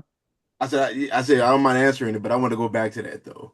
Okay, no problem. So, um, this is something that I had to ask myself, and the answer is pretty telling. let's say we're wrong, Yajidai. Let's say salvation is only for Israel, and we are truly bugging out in that regard. Yet we still keep the commandments. We still believe in the one God and his Messiah. And we were just wrong for teaching other people that they could get salvation as well and that they should believe in God and repent. And we stand before God and we say, and God says, actually, you were wrong. Salvation is only for Israel. What do you think our punishment is? I mean, I don't think that's salvific. You don't think so? There's probably not a punishment. Okay, I agree. Now, what if salvation was for all people?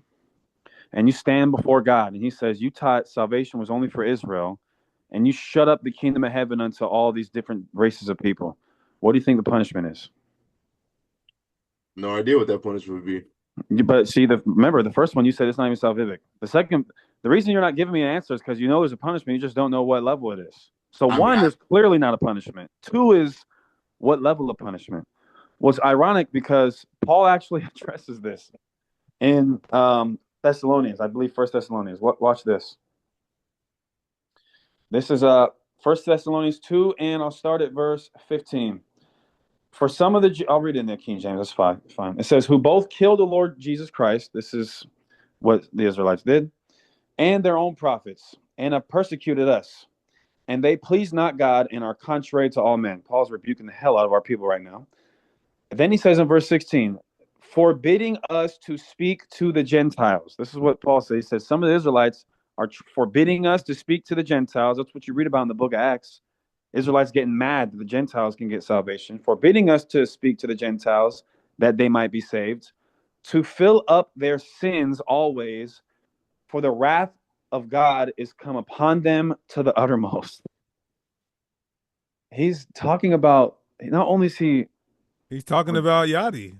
He's not only rebuking the people, Israelites, for forbidding and getting mad at Paul and the apostles for teaching the Gentiles. He's saying that in doing so, they're not only in regular sin, but they're filling up the wrath of God.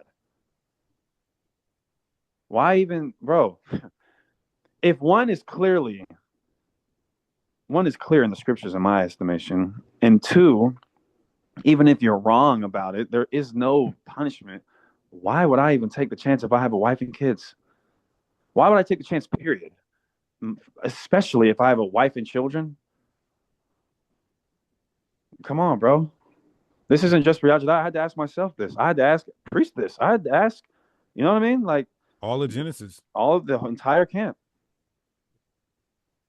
I don't have enough pride to say that I'm wrong when it relates to me getting saved and my family. Who cares? Yes, but again, this is something I'll speak myself in saying this. One of the more prominent Hebrew Israelites, I guess, right? I could say myself, I am. I'm admitting that I'm wrong on a major doctrine for the last 10 years of my life. So what? It's better to know you're wrong and change than to think you're right and be wrong and answer before God, bro. I'm not taking a chance. So that's it. Let me ask this last question to Yadi, and then we'll get the rest of the brothers. I get to ask my question. Oh, go ahead. I was gonna say, like, you feel comfortable that they're gonna be saved. Why you don't feel comfortable about them being in your organization though? Because I don't know which ones are gonna be saved. You don't know which Israelites in your congregation are gonna be saved. True, but I'd rather take the chance with one of my people than somebody that I don't know. If I knew, I'll say this. If I knew, how are they not your people? They're joining.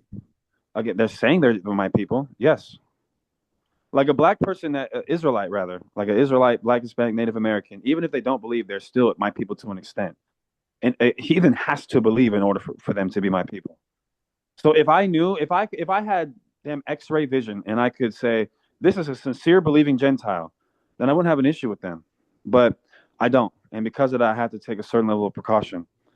Now, the question might be, well, what if they're showing they're sincere for a really long time? I mean, I guess I'll cross that bridge when I get there.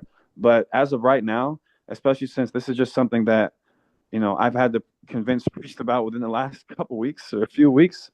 Well, I guess he's known for a while, but really accepted for the last 3 weeks. It's not something that I'm comfortable with right now in terms of their admonition into my camp. Wait, so real quick, so Yadi said, if they're joined, there are people. So I'm gonna ask you, Yadi, are God's people your people?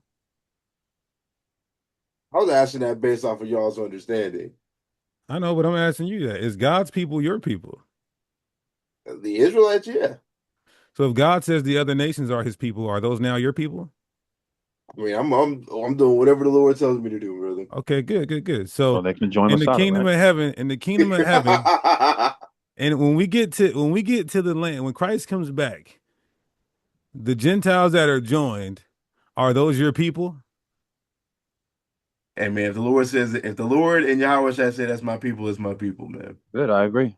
Okay, good. So let's bring this out, and then I want to you can respond to this, Yachty, or we can just go on to the next brother. I know they've been waiting for a while. So in Zechariah 2:10 it says, "Sing and rejoice, O daughter of Zion, for lo, I come and will dwell in the midst of thee, saith the Lord." This is right when he comes and gives us salvation. What happens? And many nations shall be joined to the Lord in that day, and shall be my people. That's the You agree, answer to the question, Harag, right there. you agree with the text?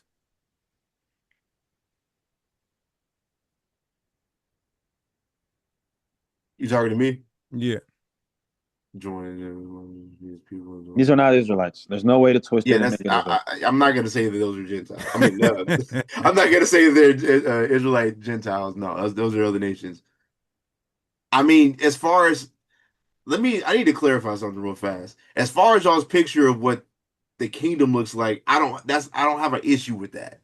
My issue is more or less with Christ dying for the other nations and them being saved from Babylon. That's my specific issue. Like as far as them coming, other nations coming to the kingdom, not in chains and either serving or But accepting what do our they have God, to I'm do? fine with that. But what do they have to do in order to escape from being in chains and get to be joyful and be the Lord's people and move freely around the world? I mean, if you want to say believe in Christ, keep the commandments, I don't have an issue with that. That's Okay. not my issue. Okay. Well, Paul does say that he died for them. And that's why I told you that he died for them, but they don't get the benefits from his death, the full benefits from his death. That's just not enough for me. Like Paul saying it is not like it's just not. Okay, so let's go to What? Isaiah 11. No, let's go to Isaiah 11. Is my screen? Isaiah 11 says he died for them. And I'm saying that they're going to trust in him. They're going to get some of him. He already gave a crumb to a Gentile, Yeah, so they yeah. do When in get. the kingdom though, But before the kingdom, he gave a He healed woman the a daughter. piece of the bread, right? does that equate to him dying for him? I never. I'm not saying that equates to dying, but his death is for them, but they do not benefit from They the don't full benefit to the benefits of extent his that we death. do. Yeah. No, I heard that, and I can agree to a certain point about that. But all I'm saying is the prophets, like I'm telling you, like Isaiah 53, Isaiah 59, don't say that. Inclusion does Doesn't not say mean what. exclusion. So It don't say that, bro. Well, I mean, within the context of the Old Testament, it's primarily the audience is the Israelites. So of course he's going to say that. But like Priest just said, inclusion doesn't mean exclusion. oh no, here's no, hold on, watch this, watch this. So can you get salvation out of Christ's death, but outside of Christ's death?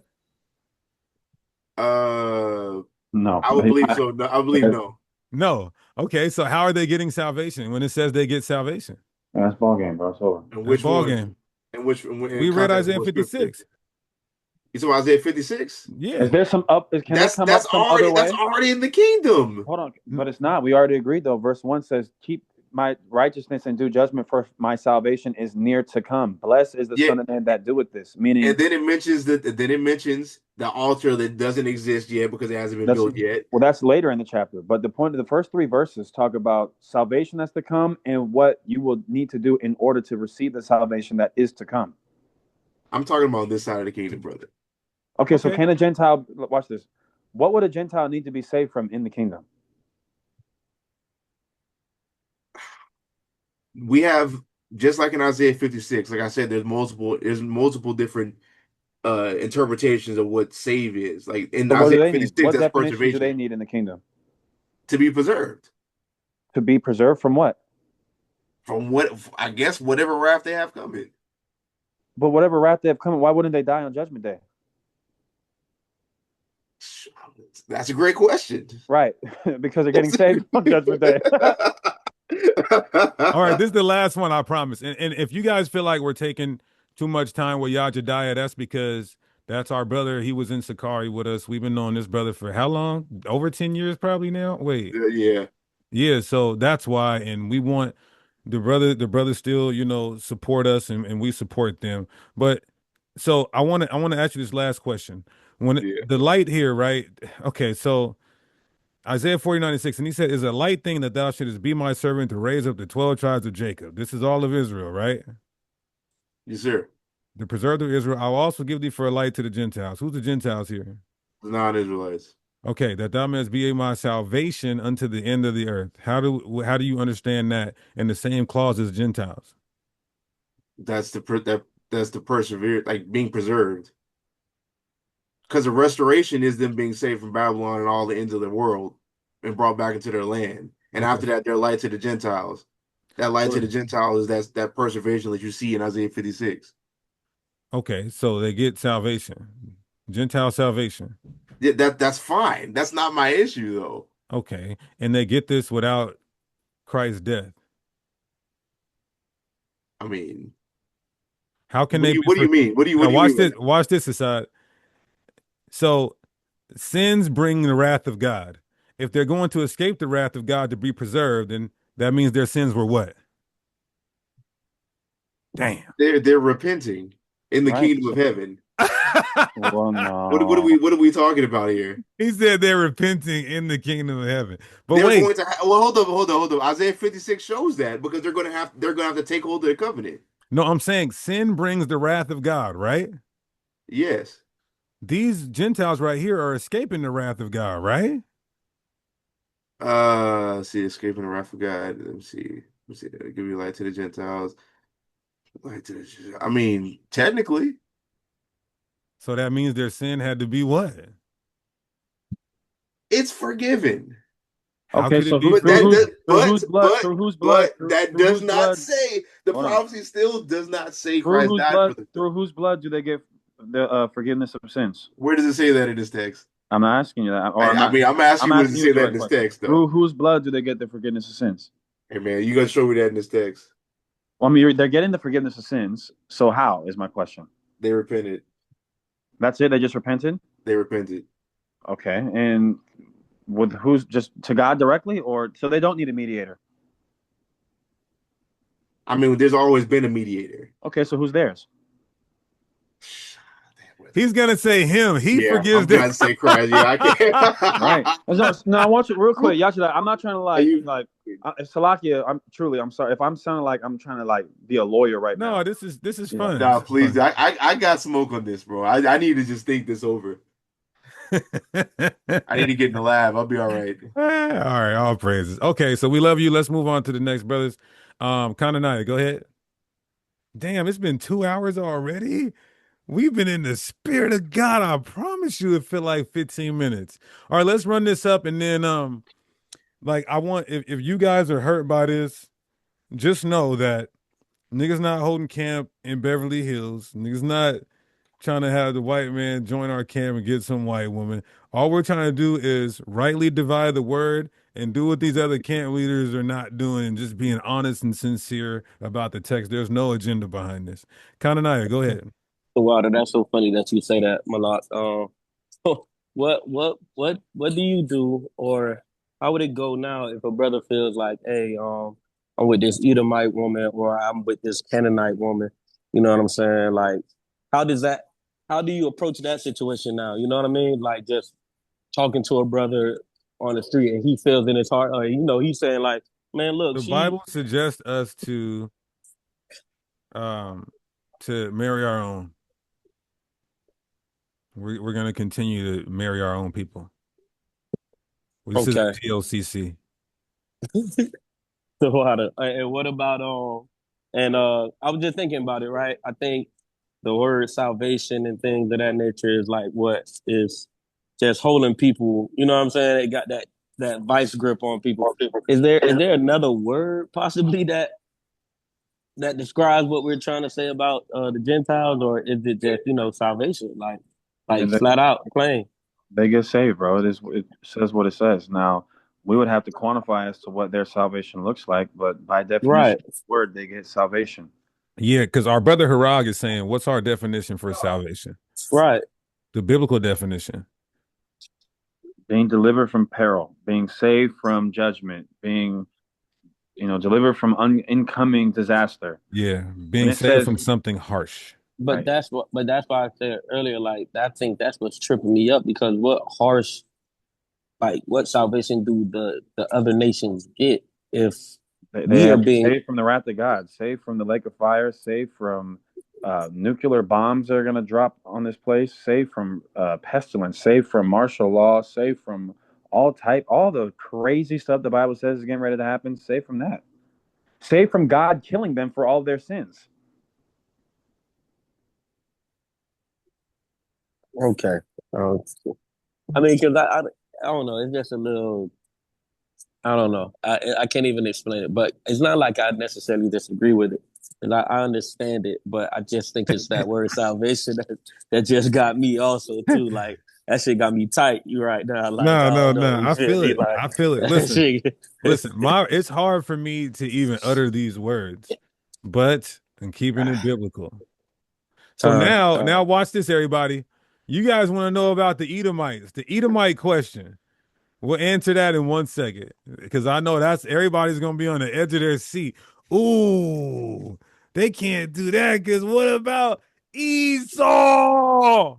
Marcellus, go ahead. So I got a list of questions, but they don't require like in-depth responses. Good, good. So is this y'all stance?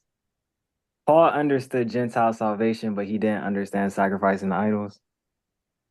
Yes. That's your stance, or do y'all, after I guess coming to this conclusion, are y'all kind of like, okay, well maybe we're gonna, No, are y'all he kind of feels taking the stance of like SOT? no. Well, no, absolutely not. I mean, no disrespect to them brothers, but they didn't do an accurate job of defending First Corinthians 8 or 10. Now, I can say this: if someone in the future is able to, or if God gives us the correct understanding, and that could be through having us just study, or another brother shows us, or a sister shows us the actual understanding of eating food sacrificed to idols, then that's not going to change. But the understanding of salvation is not a Pauline concept. And I think that's one of the more important points we have to make sure we understand. Paul did not invent this idea that Gentiles could be amongst us and Right. Gentiles could get For the deliverance. record, this is exactly why when we do this presentation, we literally have 40 verses outside of Paul to start. Okay, I'm with y'all. It's just that like Paul understood something that we're just now coming into the knowledge of, but he didn't understand But that's one West though. worshiping the idols. That's just one West. There are Israelite groups who've been known this. Well, yeah, not only that, but I want to say something about that too, because that's a fair point. Acts 10 takes place years after Christ died. And again, I don't believe that Cornelius is an Edomite. And so even after Peter walked with Christ, even after the ascension and Christ expounded on him throughout all the scriptures and gave him the Holy Spirit, there was still a certain understanding about Gentile salvation that Peter didn't have. And so he had to receive. Wait. So y'all are saying that so as y'all stance now, Acts 10 is referring to Gentiles, Israelite and non-Israelite? It's for sure Gentiles. There's no doubt about it. But Israelite Gentiles and non-Israelite Gentiles? No, I think I mean, what do you mean Israelite Gentiles in that context? The context is clear. He's not an Israelite, Cornelius. And I don't see, I mean, the conclusion of it is now I perceive that God is no respecter of persons, but in every nation, those who fear him are accepted with him. So, I mean, that would include Israelites, yes. But the point is, God had Cornelius go visit Peter, or Peter rather go visit Cornelius to illustrate a person of non-Israelite descent who's a person that's a righteous person and can be accepted in God's eyes. Okay, I'm asking because the breakdown that I recall, whether y'all take the stance or I just heard it from another camp, but the breakdown Uh-huh. was the vision in Acts 10 is talking about Israelites. That's what, And yeah, it's talking you about look at the Ezekiel. Greek, Uh-huh. yeah, look at the Greek, Alophilos, all that, right? That's talking about the 12 tribes of Israel. So Y'all are saying now that it's not exclusive to them. No. So alophilos does not mean an Israelite. Phyla, the Greek word phyla, in that because alophilos is a compound word It meaning just two. means, yeah, it just means another.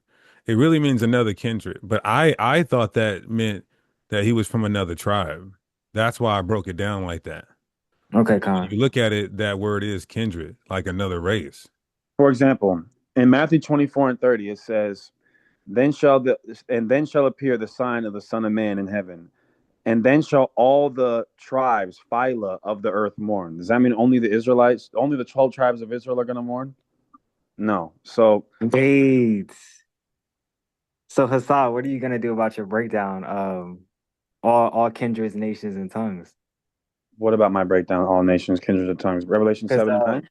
yeah. Because you were teaching like, didn't you have one of the best I positions taught about? that meant Israelites because of Philemon.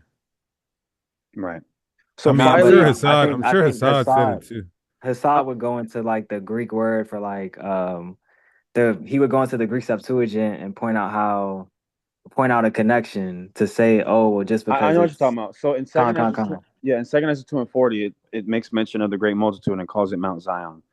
Um, that is true, but again, the point nonetheless remains that it's still non-Israelites. It says people from every tribe, nation, tongue, and kindred stood upon Mount Zion with palms in their hands. They're going to be joined to us. They're going to come to Mount Zion. Is what Isaiah 56 says. Is what Isaiah 2 says. But even it was a point that I was thinking about earlier when I was on a call with some other brothers about Cornelius being an Israelite, and it's so hilarious because the evidence that brothers have for Cornelius being an Israelite is really it's a bunch of conjecture, and it's 2 points in actually Acts 10. One of which is, well, he's from Caesarea and he lives in Joppa. Caesarea is a town in Israel, and so is Joppa. He's born and Right. raised in Israel. That must mean he's an Israelite. Con. If that's the case, why at the conclusion of Cornelius's vision would Peter say, now, meaning after the vision of Cornelius, now after this, I perceive that God is no respecter of persons, but in every nation, those who fear him and keeps his hand from doing evil is accepted of him. So God is going to bring a person of the same exact stock from the same exact land from the same exact nation, and then the guy's going to say, "Wow, now I know that every people from every nation can get accepted by God." How does that make any sense? Well, my so the way that I read that before, a long time ago, was like, okay, even though it says that he doesn't respect persons, I mean, he still respects nation. That nation is Israel. So like, that's not Well, even. that's a different context in Exodus when it said, "And he looked upon the children of Israel and he had respect unto them." When it says he is no respecter of persons, it's referring to like he doesn't discriminate as it relates to this.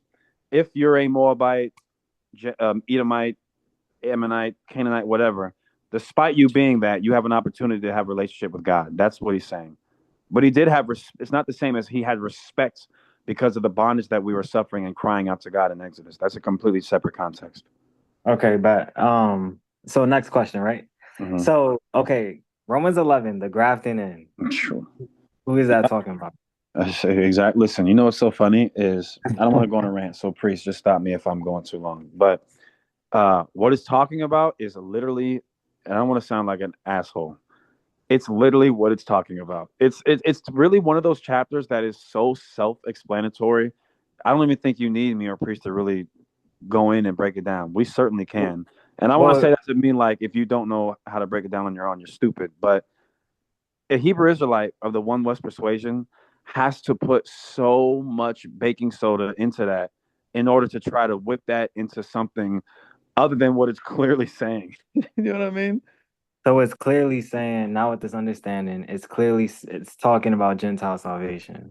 It's overwhelmingly obvious that those are not Israelites. From Romans 10 to Romans 11 to Romans 15, he's all Paul is doing in all those chapters is quoting verses in the Old Testament that Look at Jared. are obviously not Israelites. I Yeah, so want to that, say this too. I want to say this too, Salaki.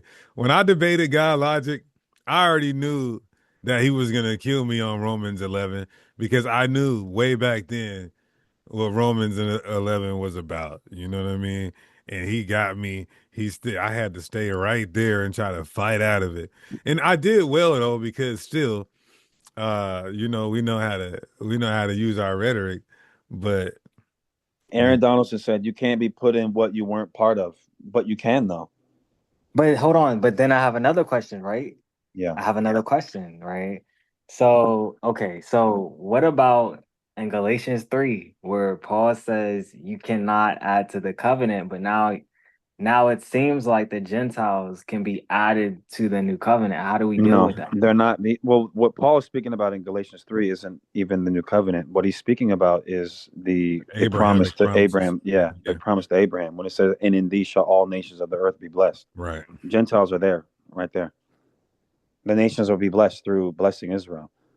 And So that that's that applies to Gentile salvation. So when it says bless thee who bless you, curse thee who curse you, or all the nations isn't will that be the blessed. greatest blessing is receiving salvation? So What would be okay, the greatest cursing? what not the receiving salvation. what the wicked Gentiles are going to get. That's why it says Deuteronomy 30, all these curses shall come upon all your enemies and those who hate you. And we see in the kingdom, Israel puts their enemies in slavery. Okay. Hold on one second. Aaron said, so apples and cherries grow on the same tree? No, but notice it didn't say it's grafting a pear tree to an olive tree or a orange tree to an olive tree. It said it's a wild olive tree that's getting branched. So because we're all humans, so it's a different group of humans that are being grafted in. It's not a different race like Martians are being grafted in. Okay, so my next question. Da, da, da, da. Okay, so my next question. So is the new covenant for Gentiles who keep the commandments? I said No, no earlier. You didn't hear It's me? not. I'm But just they benefit clarifying. from it. But they benefit from it. So the new covenant is still for Israel and Judah, but they could take a hold of the new covenant. right? Perfect. They get some of the benefits of it. Just like a Gentile living in ancient Israel, the old covenant is not made with them. So when the Israelites experience the curses, while they're not in covenant with God to receive those curses, by them being in proximity to us and being joined to God's people, they would experience those things. Does that make sense? Okay, it makes sense. I'm just And the same making thing on the sure. flip side. Yeah. Yeah, it makes sense. Okay, so y'all are saying that Paul taught Gentiles that were Israelite and non-Israelite. He taught Gentiles and Israelites for sure. And matter of fact, 1 Corinthians, he literally, look what he says in 1 Corinthians 10. Here's what's interesting. I have my notes. Let me get my notes open. Look at this. Because I thought 1 Corinthians 10 was Yes, I'm glad you brought that for up. the Yes, Israelites. Yeah, yeah, con. it is. It is. But let me just read you this. 1 Corinthians chapter, is it 10? Sorry, 1 Corinthians 12 and verse 13. Look what Paul says. I believe this is the NLT. He says, some of us are Jews, some of us are Gentiles, some of us are slaves, some are free. But the point is, these are not monolithic churches, meaning there's Israelites there are Gentiles there. And the context will let you know that all our fathers passed through the Red Sea. That's who passed through the Red Sea, the Israelites. So Romans 4, for example, he said, our father Abraham. Romans 9, our Right. father Jacob. But then he Con. says in Romans 10, and now I speak to you Gentiles. So he'll change his audience based on, the context. You said that's Romans 10. He says, now I'll speak to Gentiles. I think as 10 and like 19, I speak to you Gentiles, I magnify my office, I think is what it says. Okay, con. I'll read it. I'll look it Romans up. 11, sorry, Romans 11 and 13. For I speak to you Gentiles inasmuch as I am the apostle to the Gentiles. Listen, Okay, all right. the problems that a Gentile would face and the problems that the Israelites would face are going to be unique. Every human is going to face unique problems, So he'll address the Israelites and what they need to hear, and then he'll address the Gentiles and what they need to hear, and he'll address both and what they all need to hear. Okay, con. So my next question, it is in the chat. My next question, so spiritual Israel applies to actual Gentiles. No, because they're never Israelites. And you know who has a really good series on this is Dr. Michael Brown. Dr. Michael Brown is Jewish and not a real Jew, of course, and he's a Christian. Yet he does not subscribe to fulfillment theology, which is, and I'm sure you guys have gone over it with priests before, that the church now replaces Israel. Nowhere, not one single time, does the New Testament ever refer to the church as Israel. Israel is a distinct group of people. They are not spiritual Israelites. The only place that they had tried to go to in an attempt to say that there's such a thing as a spiritual Israel is this right here in Galatians 6. Galatians chapter 6, I think it's like verse 16, and I'll break it down. Yep. It says, and as many as walk according to this rule, peace be on them, and mercy, and upon the Israel of God. They try to say the Israel of God is that's the true Israel. The believers, that would include Gentiles. No. What this is saying is, as many as walk according to this rule, peace be on them. If you walk according to this rule, peace be on you, and mercy on you, and also to the Israel of God. The Israel of God, if anybody wants to argue about a spiritual Israel, that would be the true Israelites in terms of this is the elect, the remnant of Israel. That's Right. the true Israel. But We there's did a no, video on that already. yeah, there's We no, are spiritual Israel. okay. No, we did that. Yeah. Okay, Khan, what's the name of that video? It's called Spiritual Israel is real or something like that. Somebody Okay. Big Yashar said, but if you cleave to Israel, will you then become a Jew in the same way the Gentiles did in Esther? To an extent, but you're not changing your nationality though, because notice in Zechariah 14 it says that the family of Egypt come not up.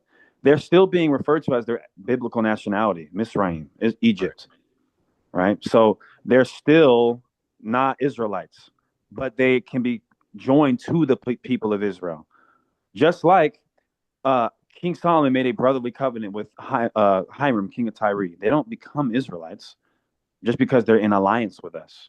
They follow our ways and conform to our God, but they don't become our nationality.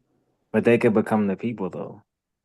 Yes, They but could not in become the the same. people, but not the nationality. I got it. Yeah, because he made a So covenant with a specific race of people. You understand what I'm saying? So when it says a with the covenant. Gentiles, they become the people of God, meaning they are people who follow after God. But Khan. there's different contexts. Like depending on the context, the people of God is either referring to the distinct people that God has separated for himself, that's an actual race of people, or people that join the Israelites and now follow after that God. And in that case are referred to as people of God. Okay, Okay. Khan. So what Here's what we're gonna do. Here's what we're gonna have to do because I got one more question. I got one more question. No, all right, read and it. listen, brothers, y'all got my number and stuff. So if y'all got any questions, y'all hit me up too, because I know this is important. So But let's definitely try to expedite these questions because that's what I said. We're gonna do the presentation tomorrow, and we're gonna open the line for like smokes. We want smoke. This right here is just a conversation, and it's getting bodied tomorrow. But Sunday, we want to do more of a laid back live stream and let everybody ask their questions. So go ahead, Marcellus. Let's try to expedite this.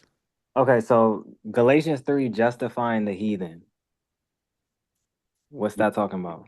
he tells you in Genesis chapter 12, in these shall all nations of the earth be blessed. Okay, Khan. And then what about Obadiah 1 and the Edomites? Can the Edomites be joint heirs? That's my last question. Okay, good. So we're definitely going to go in depth and cover that tomorrow. Here's what I will give you guys. In verse 18, because this is a humongous hurdle that we had to overcome when we were trying to put all this together. And I kept having to ask myself this, how are the Edomites going to get Yeah, anything? because I want to say this too. If you're on stage and you're asking about the Edomites, just lower your hand because we'll just deal with it right now. I know everybody was asking in the chat. And I also I want to preface this. The fact that we can prove, and we just proved today, that pos anthropos means all humans, and Paul was going to Greeks, non-Israelites, and those are Caucasians, and you believe in that Esau is Caucasian, then you would have to concede that Paul is going and ministering and offering salvation to Edomites.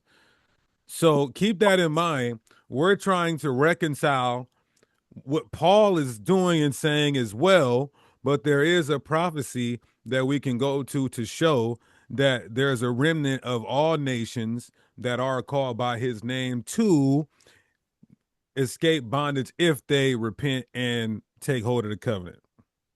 But couldn't Paul have ministered unto them knowing that they're all going to be destroyed eventually? That Like he wouldn't was make just, much sense. Let's just think about that. Just realistic. Why would he well, miss? what about, I mean, because like, don't it say, that he was being wise when he was moving among certain people? You know what I'm saying? Like, But this isn't just moving in wisdom. This he received a commission from Christ to go and teach these people.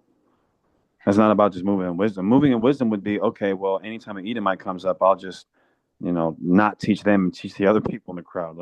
It'd be like if the whole crowd raised their hands and there were some Edomites, there were some Chinese people, and there were some Arabs, you would just coincidentally not, all right, you answer, and it would be a non-Edomite every single time.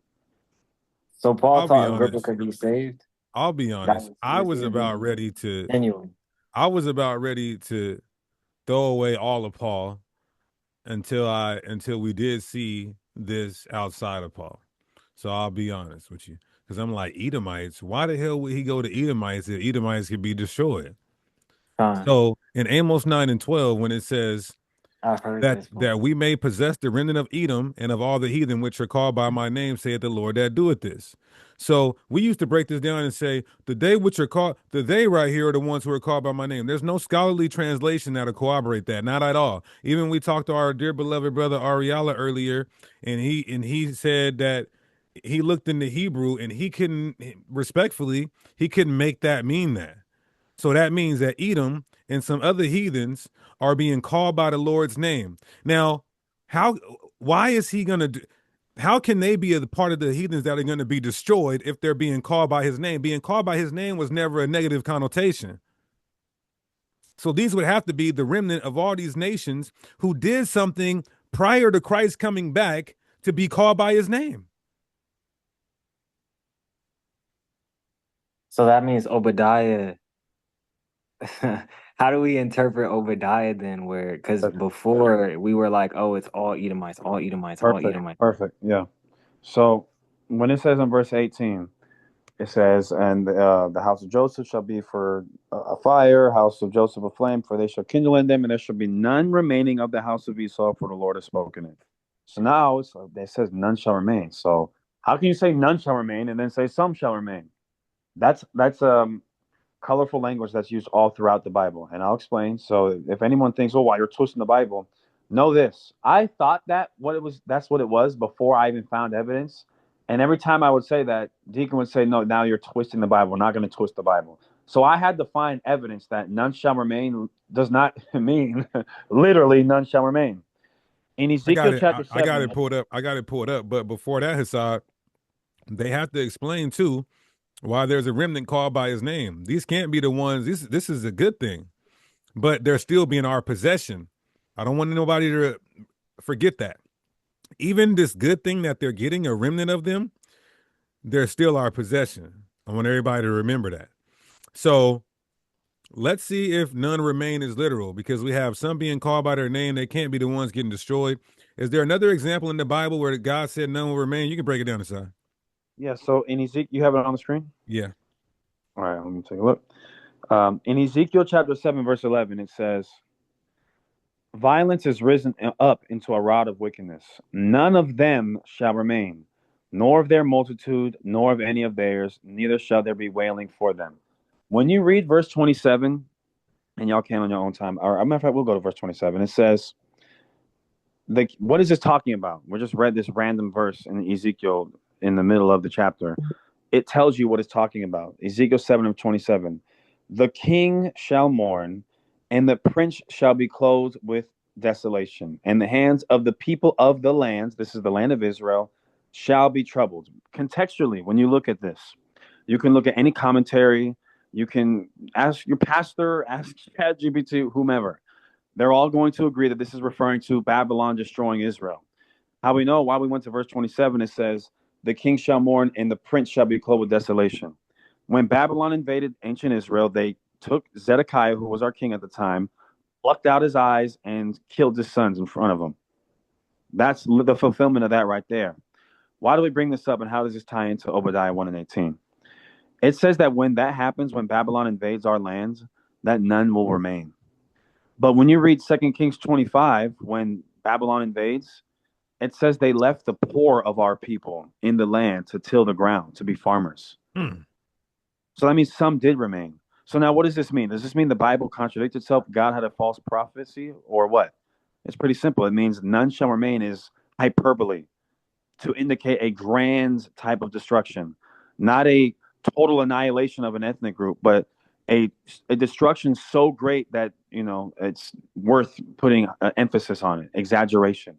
Right. Now look at verse 13. It says, the seller will not recover the property that was sold as long as both the buyer and seller live. I'm going to just read the end part. Because of their sins, not one of them will preserve their life. Even verse 11 and verse 13 says, none of us will remain when the Babylonians conquered us, but there was some of us left alive. So it's hyperbolic language. And when we factor that in with Obadiah 1 and then Amos 9 and then Paul going to them, then we can hermeneutically conclude that. Yeah, Okay, somebody said, man, I see why Cap couldn't sleep. If you get somebody like me and Hassad who see eye to eye on something as big as this, it's over. Oh, can I ask a quick question? So like Go if ahead. y'all have been kind of like contemplating this since y'all were in Sakari, why didn't y'all bring it out before? Well, there's a couple answers to that, and I'll give you the short answer first. The short answer is kind of a cop out. It wasn't time. That's the truth. But I'll say this: I was, when I was bringing this out, not bringing this out. When I was thinking about this, I was bringing this before Alizar, and I was like, "Yo, bro, we have to figure this out. What is the answer?" Shoot, if there's kids, cover their ears. Matter of fact, you don't need to. I'll just bleep. I showed First Timothy 2, pos anthropos, to Alizar, and he said, "Man, f that. Nah, f that. We ain't dealing with that." So we're supposed to be a group teaching the Bible, and I read a verse in the Bible, and the nigga who's the leader of the camp says, "F it."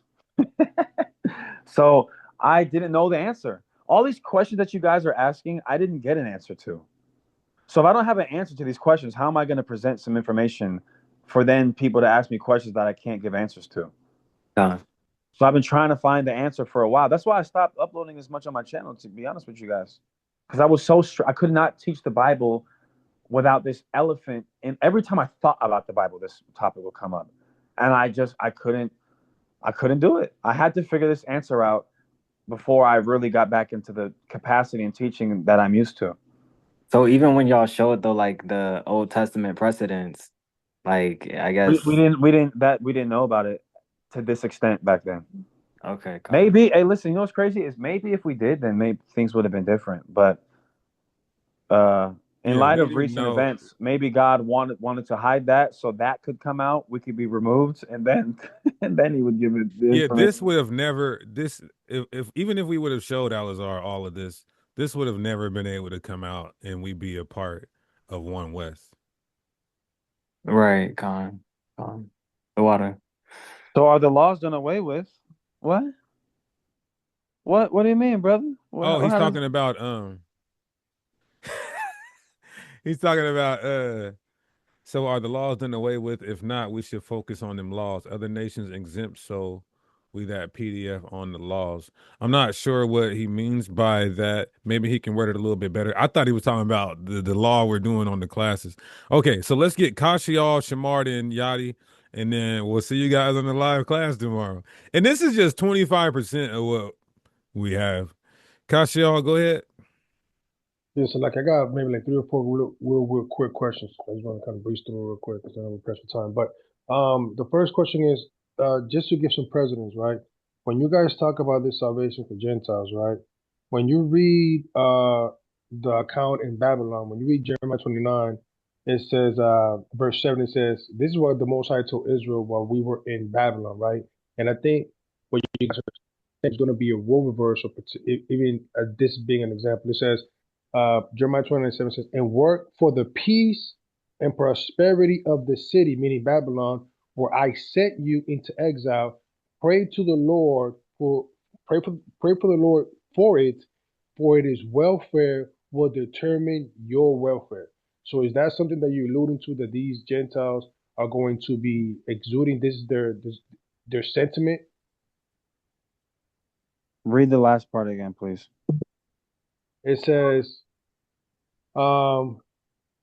pray to the Lord for it, meaning pray for This Babylon. Jeremiah 29. Yeah. It's even different than that, because it's not even just praying for the city like we were in ancient Babylon. It First Timothy 2 then goes on to say that they get salvation. So it's that on steroids. Okay. My other question is, are you guys saying that these specific groups of Gentiles are going to forego Jacob's trouble? They're not in Jacob's troubles for Jacob. No, but remember, you guys mentioned that they're not The going Great to Tribulation. If all that stuff. if they're a part of Revelation 7 and 9, then they would have to go through some tribulation. Remember the Bible says that it's gonna try the whole world, but we're gonna get the shit end of the stick, for lack of better words. Every time calamity happens, disaster strikes, we get it worse. Okay. Will they be part of the congregation?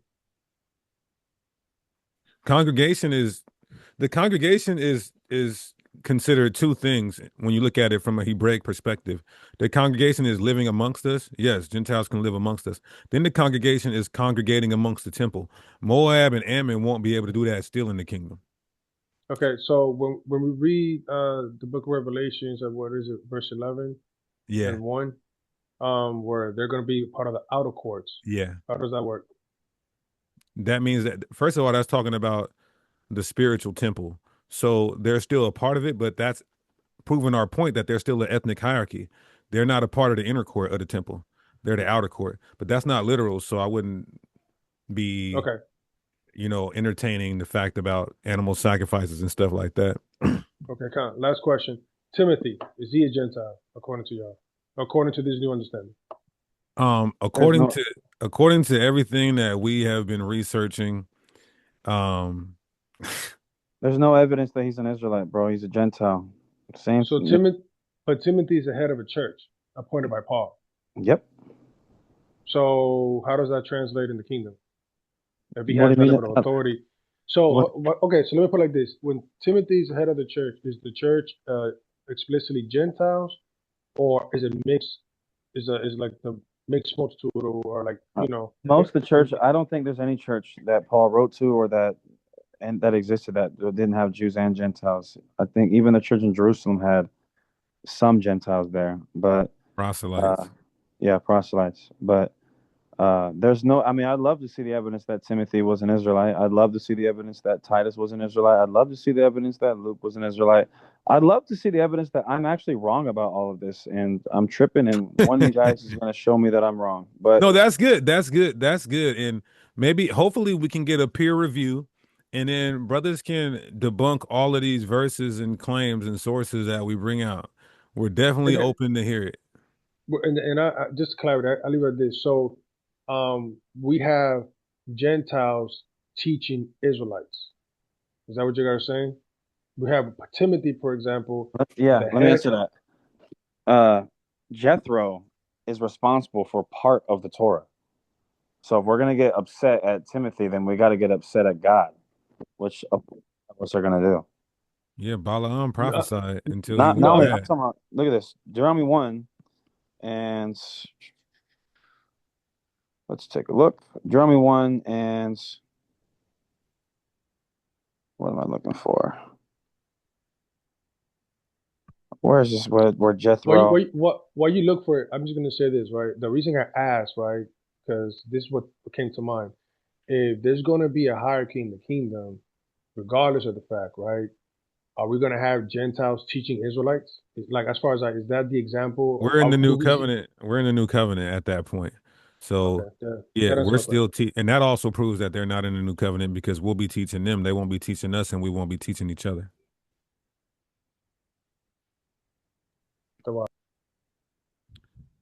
Hassad, you make a point? Says that Jethro said, "You're doing too much," and then he gave him the instructions on he's talking to Moses, and he said, "Take 10 people for this and divide them like that." Let me see. You can find it while I get some of these guys so we can close out here. Shamar, go ahead. Somewhere in Exodus. Yeah. Exodus? Okay. Yeah, I didn't want to say too much. I just want to say, I really respect you, priest, Hassad and especially Yadi because y'all aren't in the same camp, but y'all come together and actually have a cordial conversation about this. So I'm glad that we can see that. I know that's not going to be how it is, tomorrow because y'all gonna get hella smoke from everybody. But I do want to say though, will Amalek be a part of the remnant of Edom that gets saved, or would that prophecy, I guess? Well, that's a law. Deuteronomy 25:19 is a law. And that was when we first got into the land. Right. So, um, will they? We don't know. We don't know. We just know that it says a remnant of Edom. We don't know if it's Amalek or not. We don't know how many. Okay. All right. Somebody said Well, inside is Exodus 18 and Yeah, 21. I got it right here. Exodus 18 and 14. When Moses' father-in-law saw all that Moses was doing for the people, he asked, "What are you really accomplishing here? Why are you trying to do all this alone while everyone stands around you from morning till evening?" Moses replied, "Because the people come to me to get a ruling from God. When a dispute arises, they come to me, etc." Verse 17. "This is not good," Moses' father-in-law exclaims. "You're going to wear yourself out, and the people too. This job is too heavy a burden for you to handle all by yourself. Now listen to me and let me give you a word of advice, and may God be with you. You should continue to be the people's representative before God, bringing their disputes for them or to him. Teach them God's decrees and give them his instructions. Show them how to conduct their lives. But select from all the people some capable, honest men who fear God and hate bribes. Appoint them as leaders over groups of 1,150 and 10." When you read Deuteronomy 1, this then gets put in Torah. So there's been Gentile too, and this is a small extent, yes, but there's even been Gentile, uh, not influence. I don't want to say that word. It sounds kind of nefarious, but there's been Gentiles amongst us, and they helped us in a lot of different regards, even with our, instructions and things of that nature. So, to answer Kasha about Timothy. Okay. Yadi.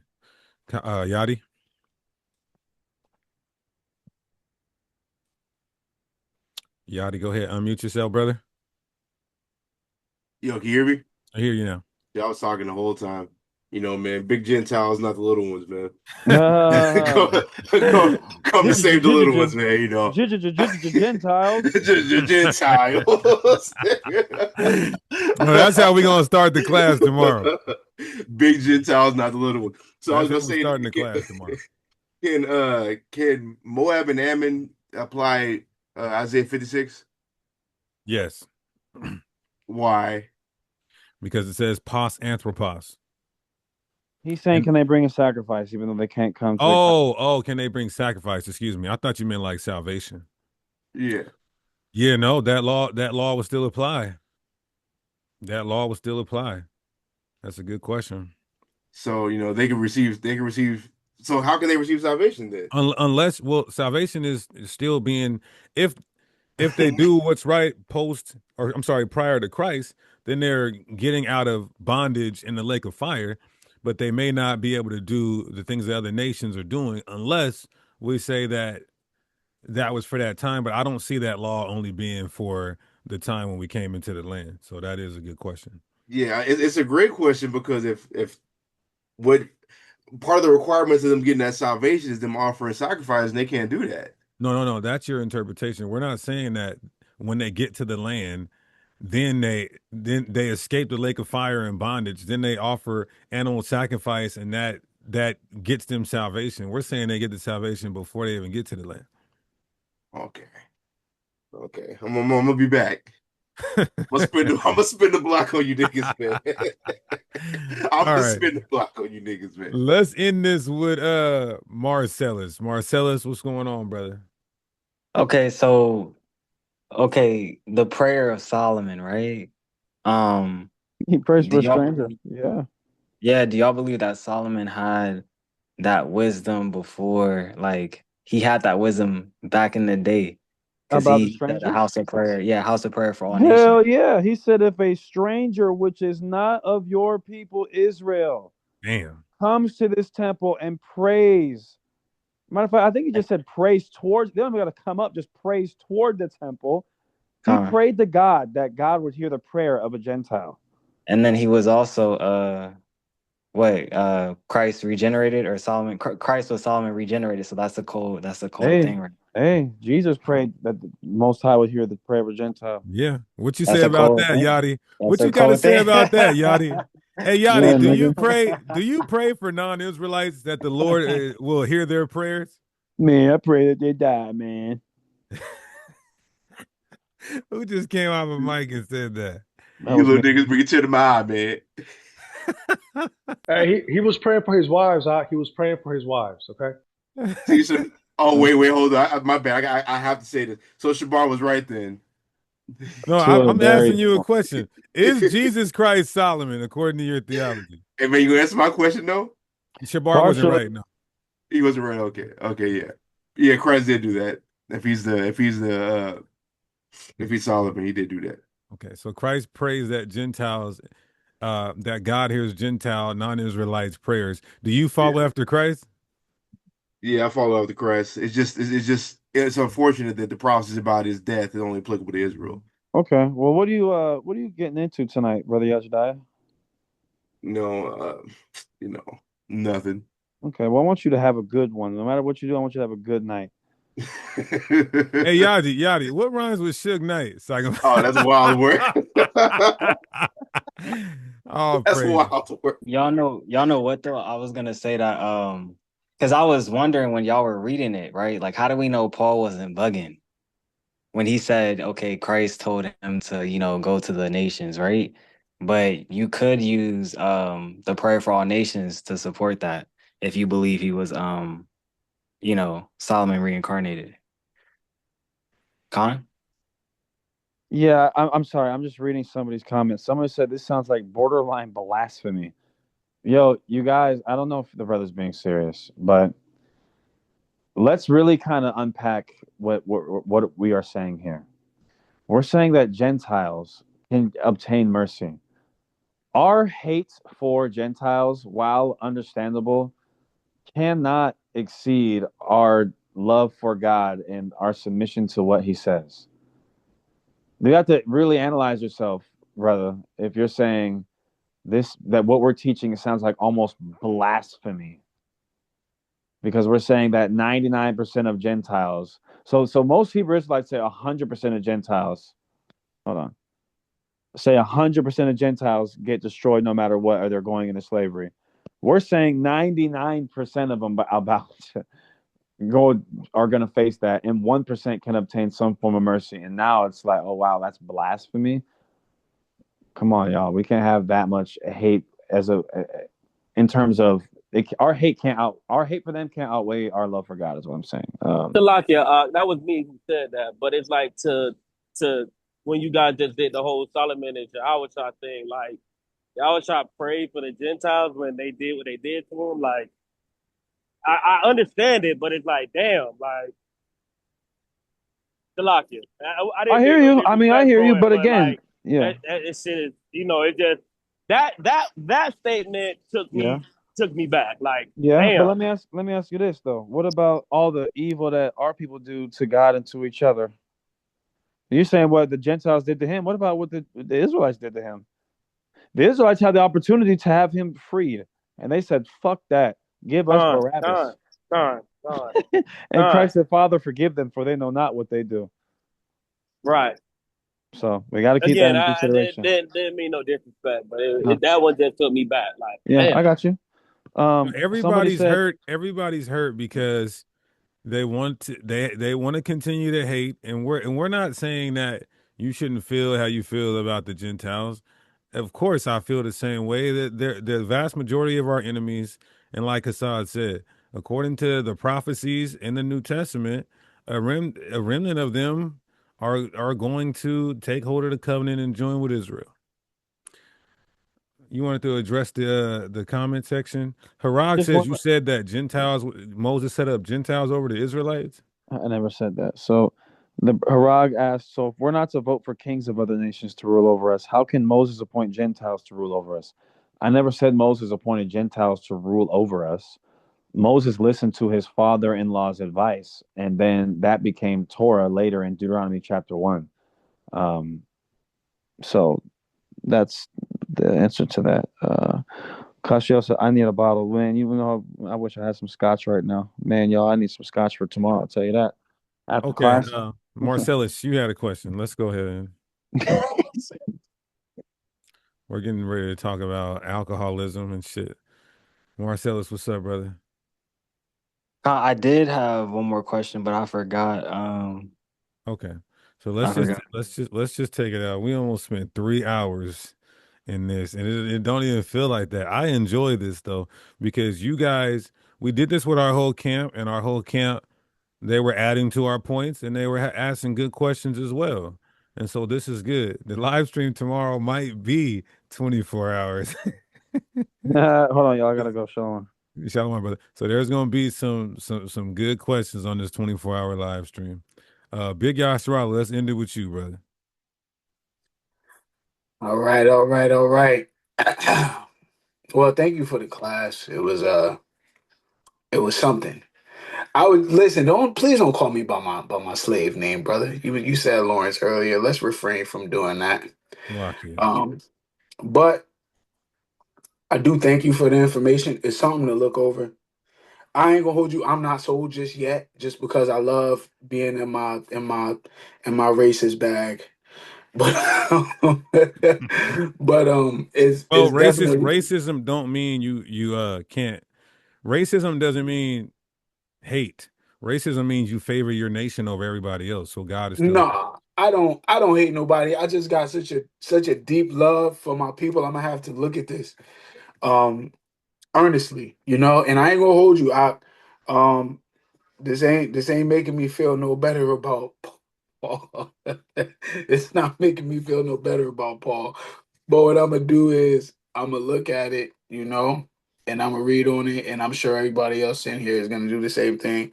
I'm excited for tomorrow. I was gonna hit you yesterday just to gang, hey, I was hoping you was gonna go live, but I knew we was gonna talk about it today. So thank you for even having enough courage to stand on something like this, because y'all are just, and I know y'all gonna be the outliers. Y'all already outliers, but you're gonna yeah. be even more. We told our brothers that if they felt like they needed to leave the camp, that's fine. Now we haven't heard of nobody. We got over 100 brothers. I haven't heard of nobody leaving the camp. So they're accepting it. They're going over it. They're adding to it. They're scrutinizing it. And if you brothers and sisters in here feel like you need to leave the varsity, I'm not gonna block you, talk shit about you, none of that. I understand. I'm just doing what I'm taking the stance of an honest leader and what the text is saying and advancing, not staying stuck in indoctrination and rhetoric. All right. So, and this is my last question, right? Because this is what I wanted to know. Yadi kind of touched on it too. Because I ain't gonna hold you. You was a champ on the streets when it come to bringing it out for real and letting the nations know their judgment. What happens from here on out, as far as the way you bring out teachings on the streets? Like, is Listen, it? listen. I just went viral for knocking out that white boy. I knew this shit right when I knew this back when I knocked that white boy out. I'm still not playing no games with no heathens, but I gotta tell the truth at the same time.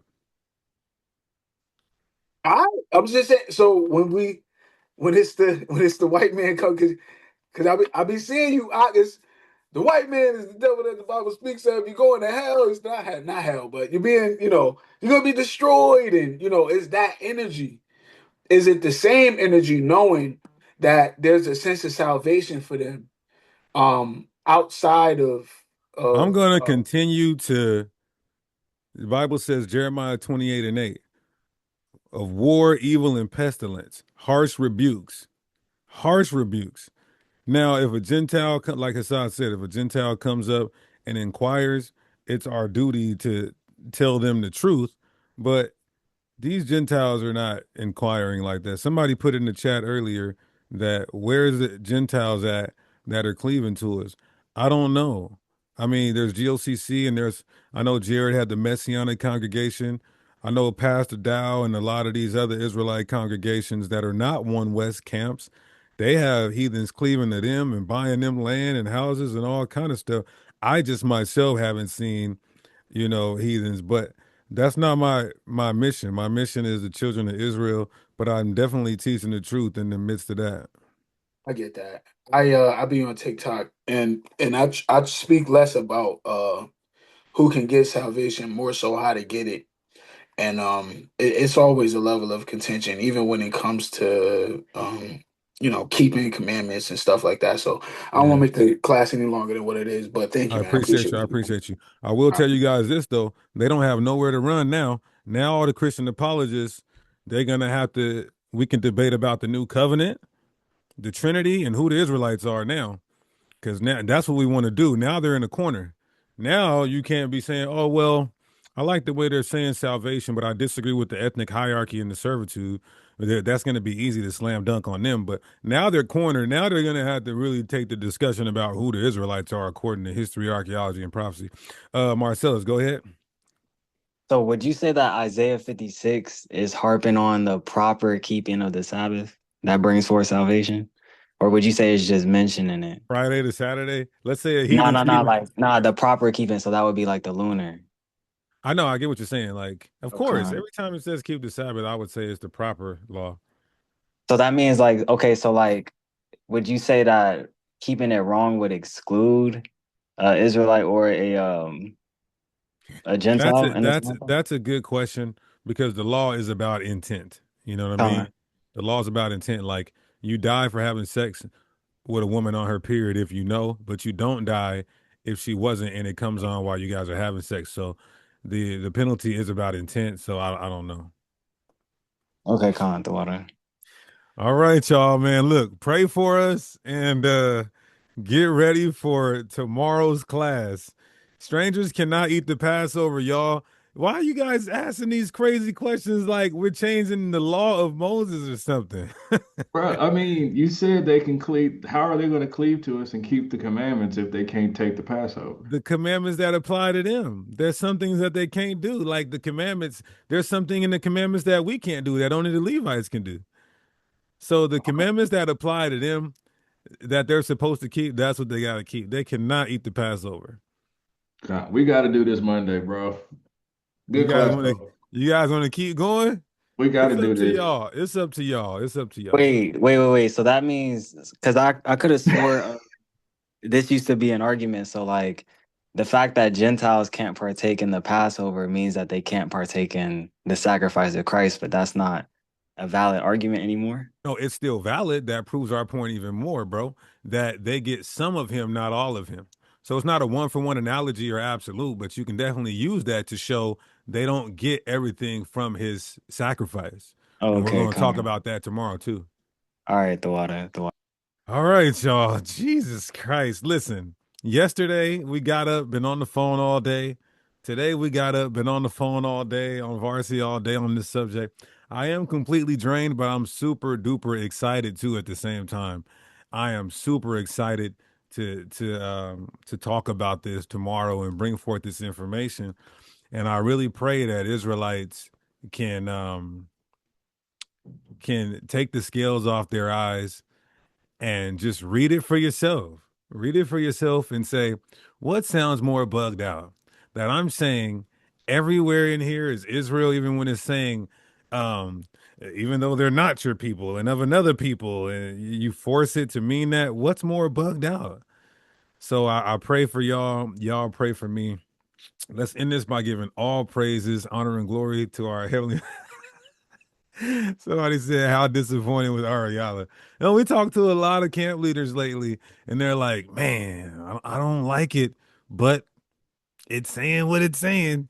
So, yeah, I didn't like it either, bro, but we can't control or dictate what the Most High's plans are.